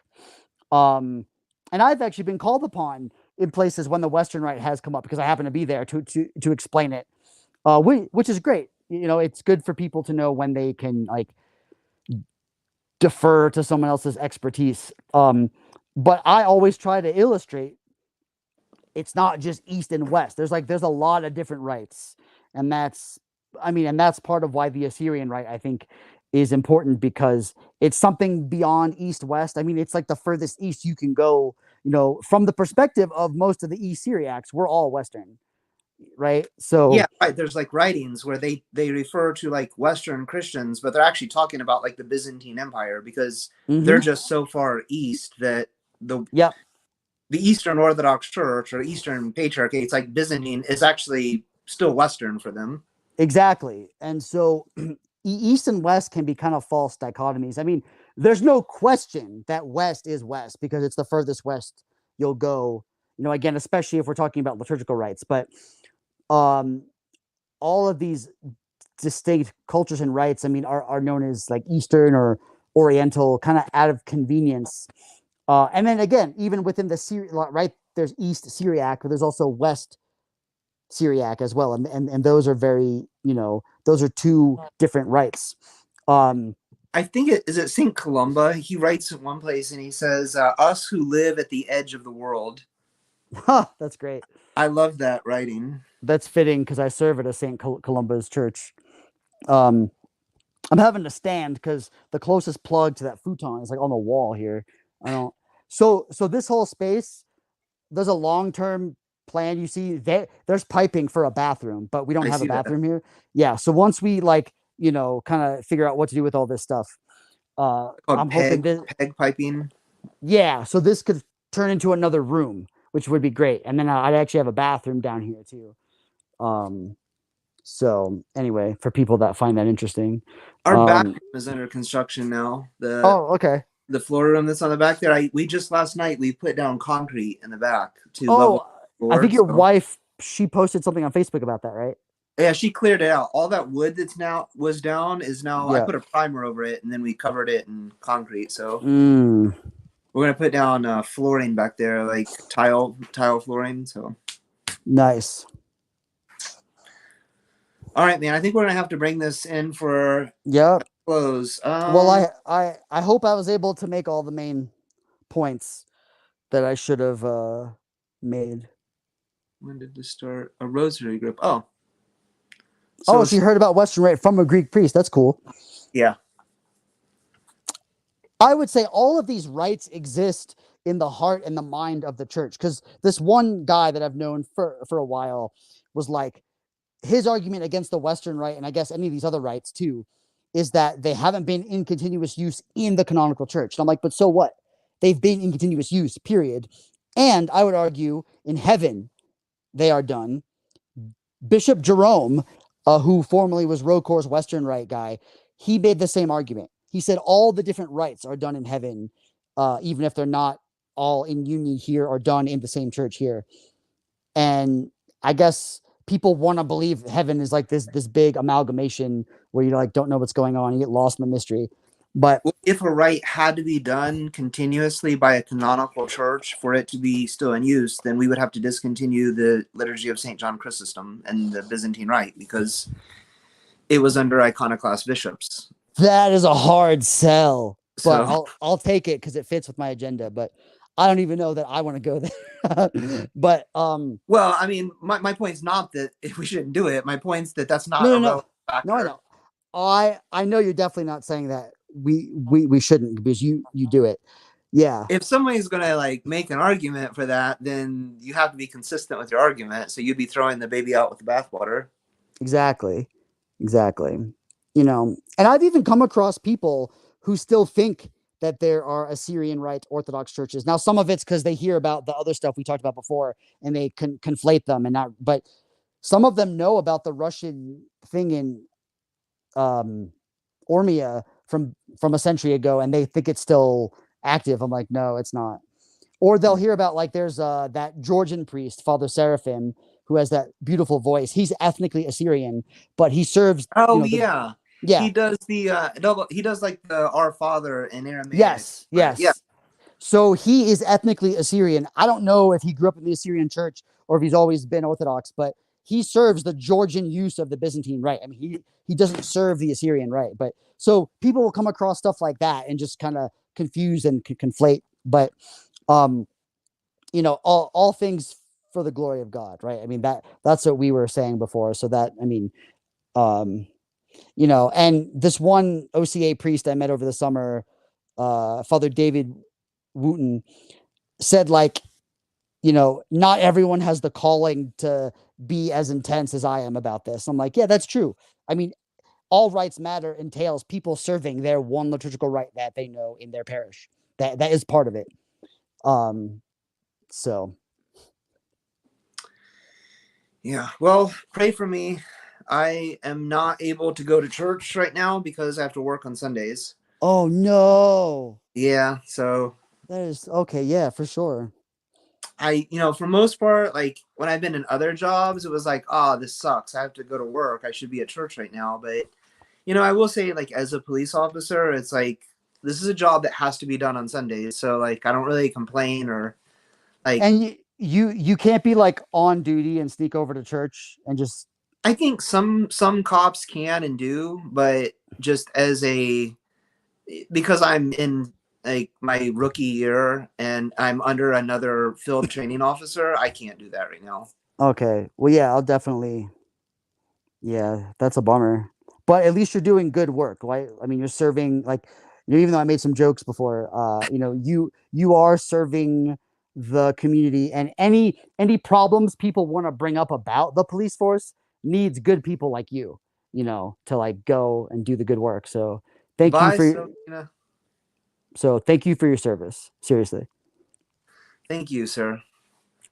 All right, bye everyone. Hopefully everybody enjoyed Bye. the video. What's I learned at least some stuff about Assyrian Orthodoxy. So Yeah, and you guys can find me on YouTube. It's Stefan Emil 13. I wish you could like tag like the visitors YouTube thing in a thing. Um and if you're interested on Facebook, you just type in bring the Syrian Rite back to Orthodoxy. I run that, and hopefully in like 6 to 8 months we can do another one of these about like Oriental Orthodox or jurisdictions or just, you know, whatever. maybe the Oriental Orthodox will have joined the Orthodox Church by then. So I hope that there's unity, but I don't think it's gonna happen that quick. yeah, probably not. Yeah. But all right, man. Take it easy. Bye, Yeah, you everyone. too. Bye.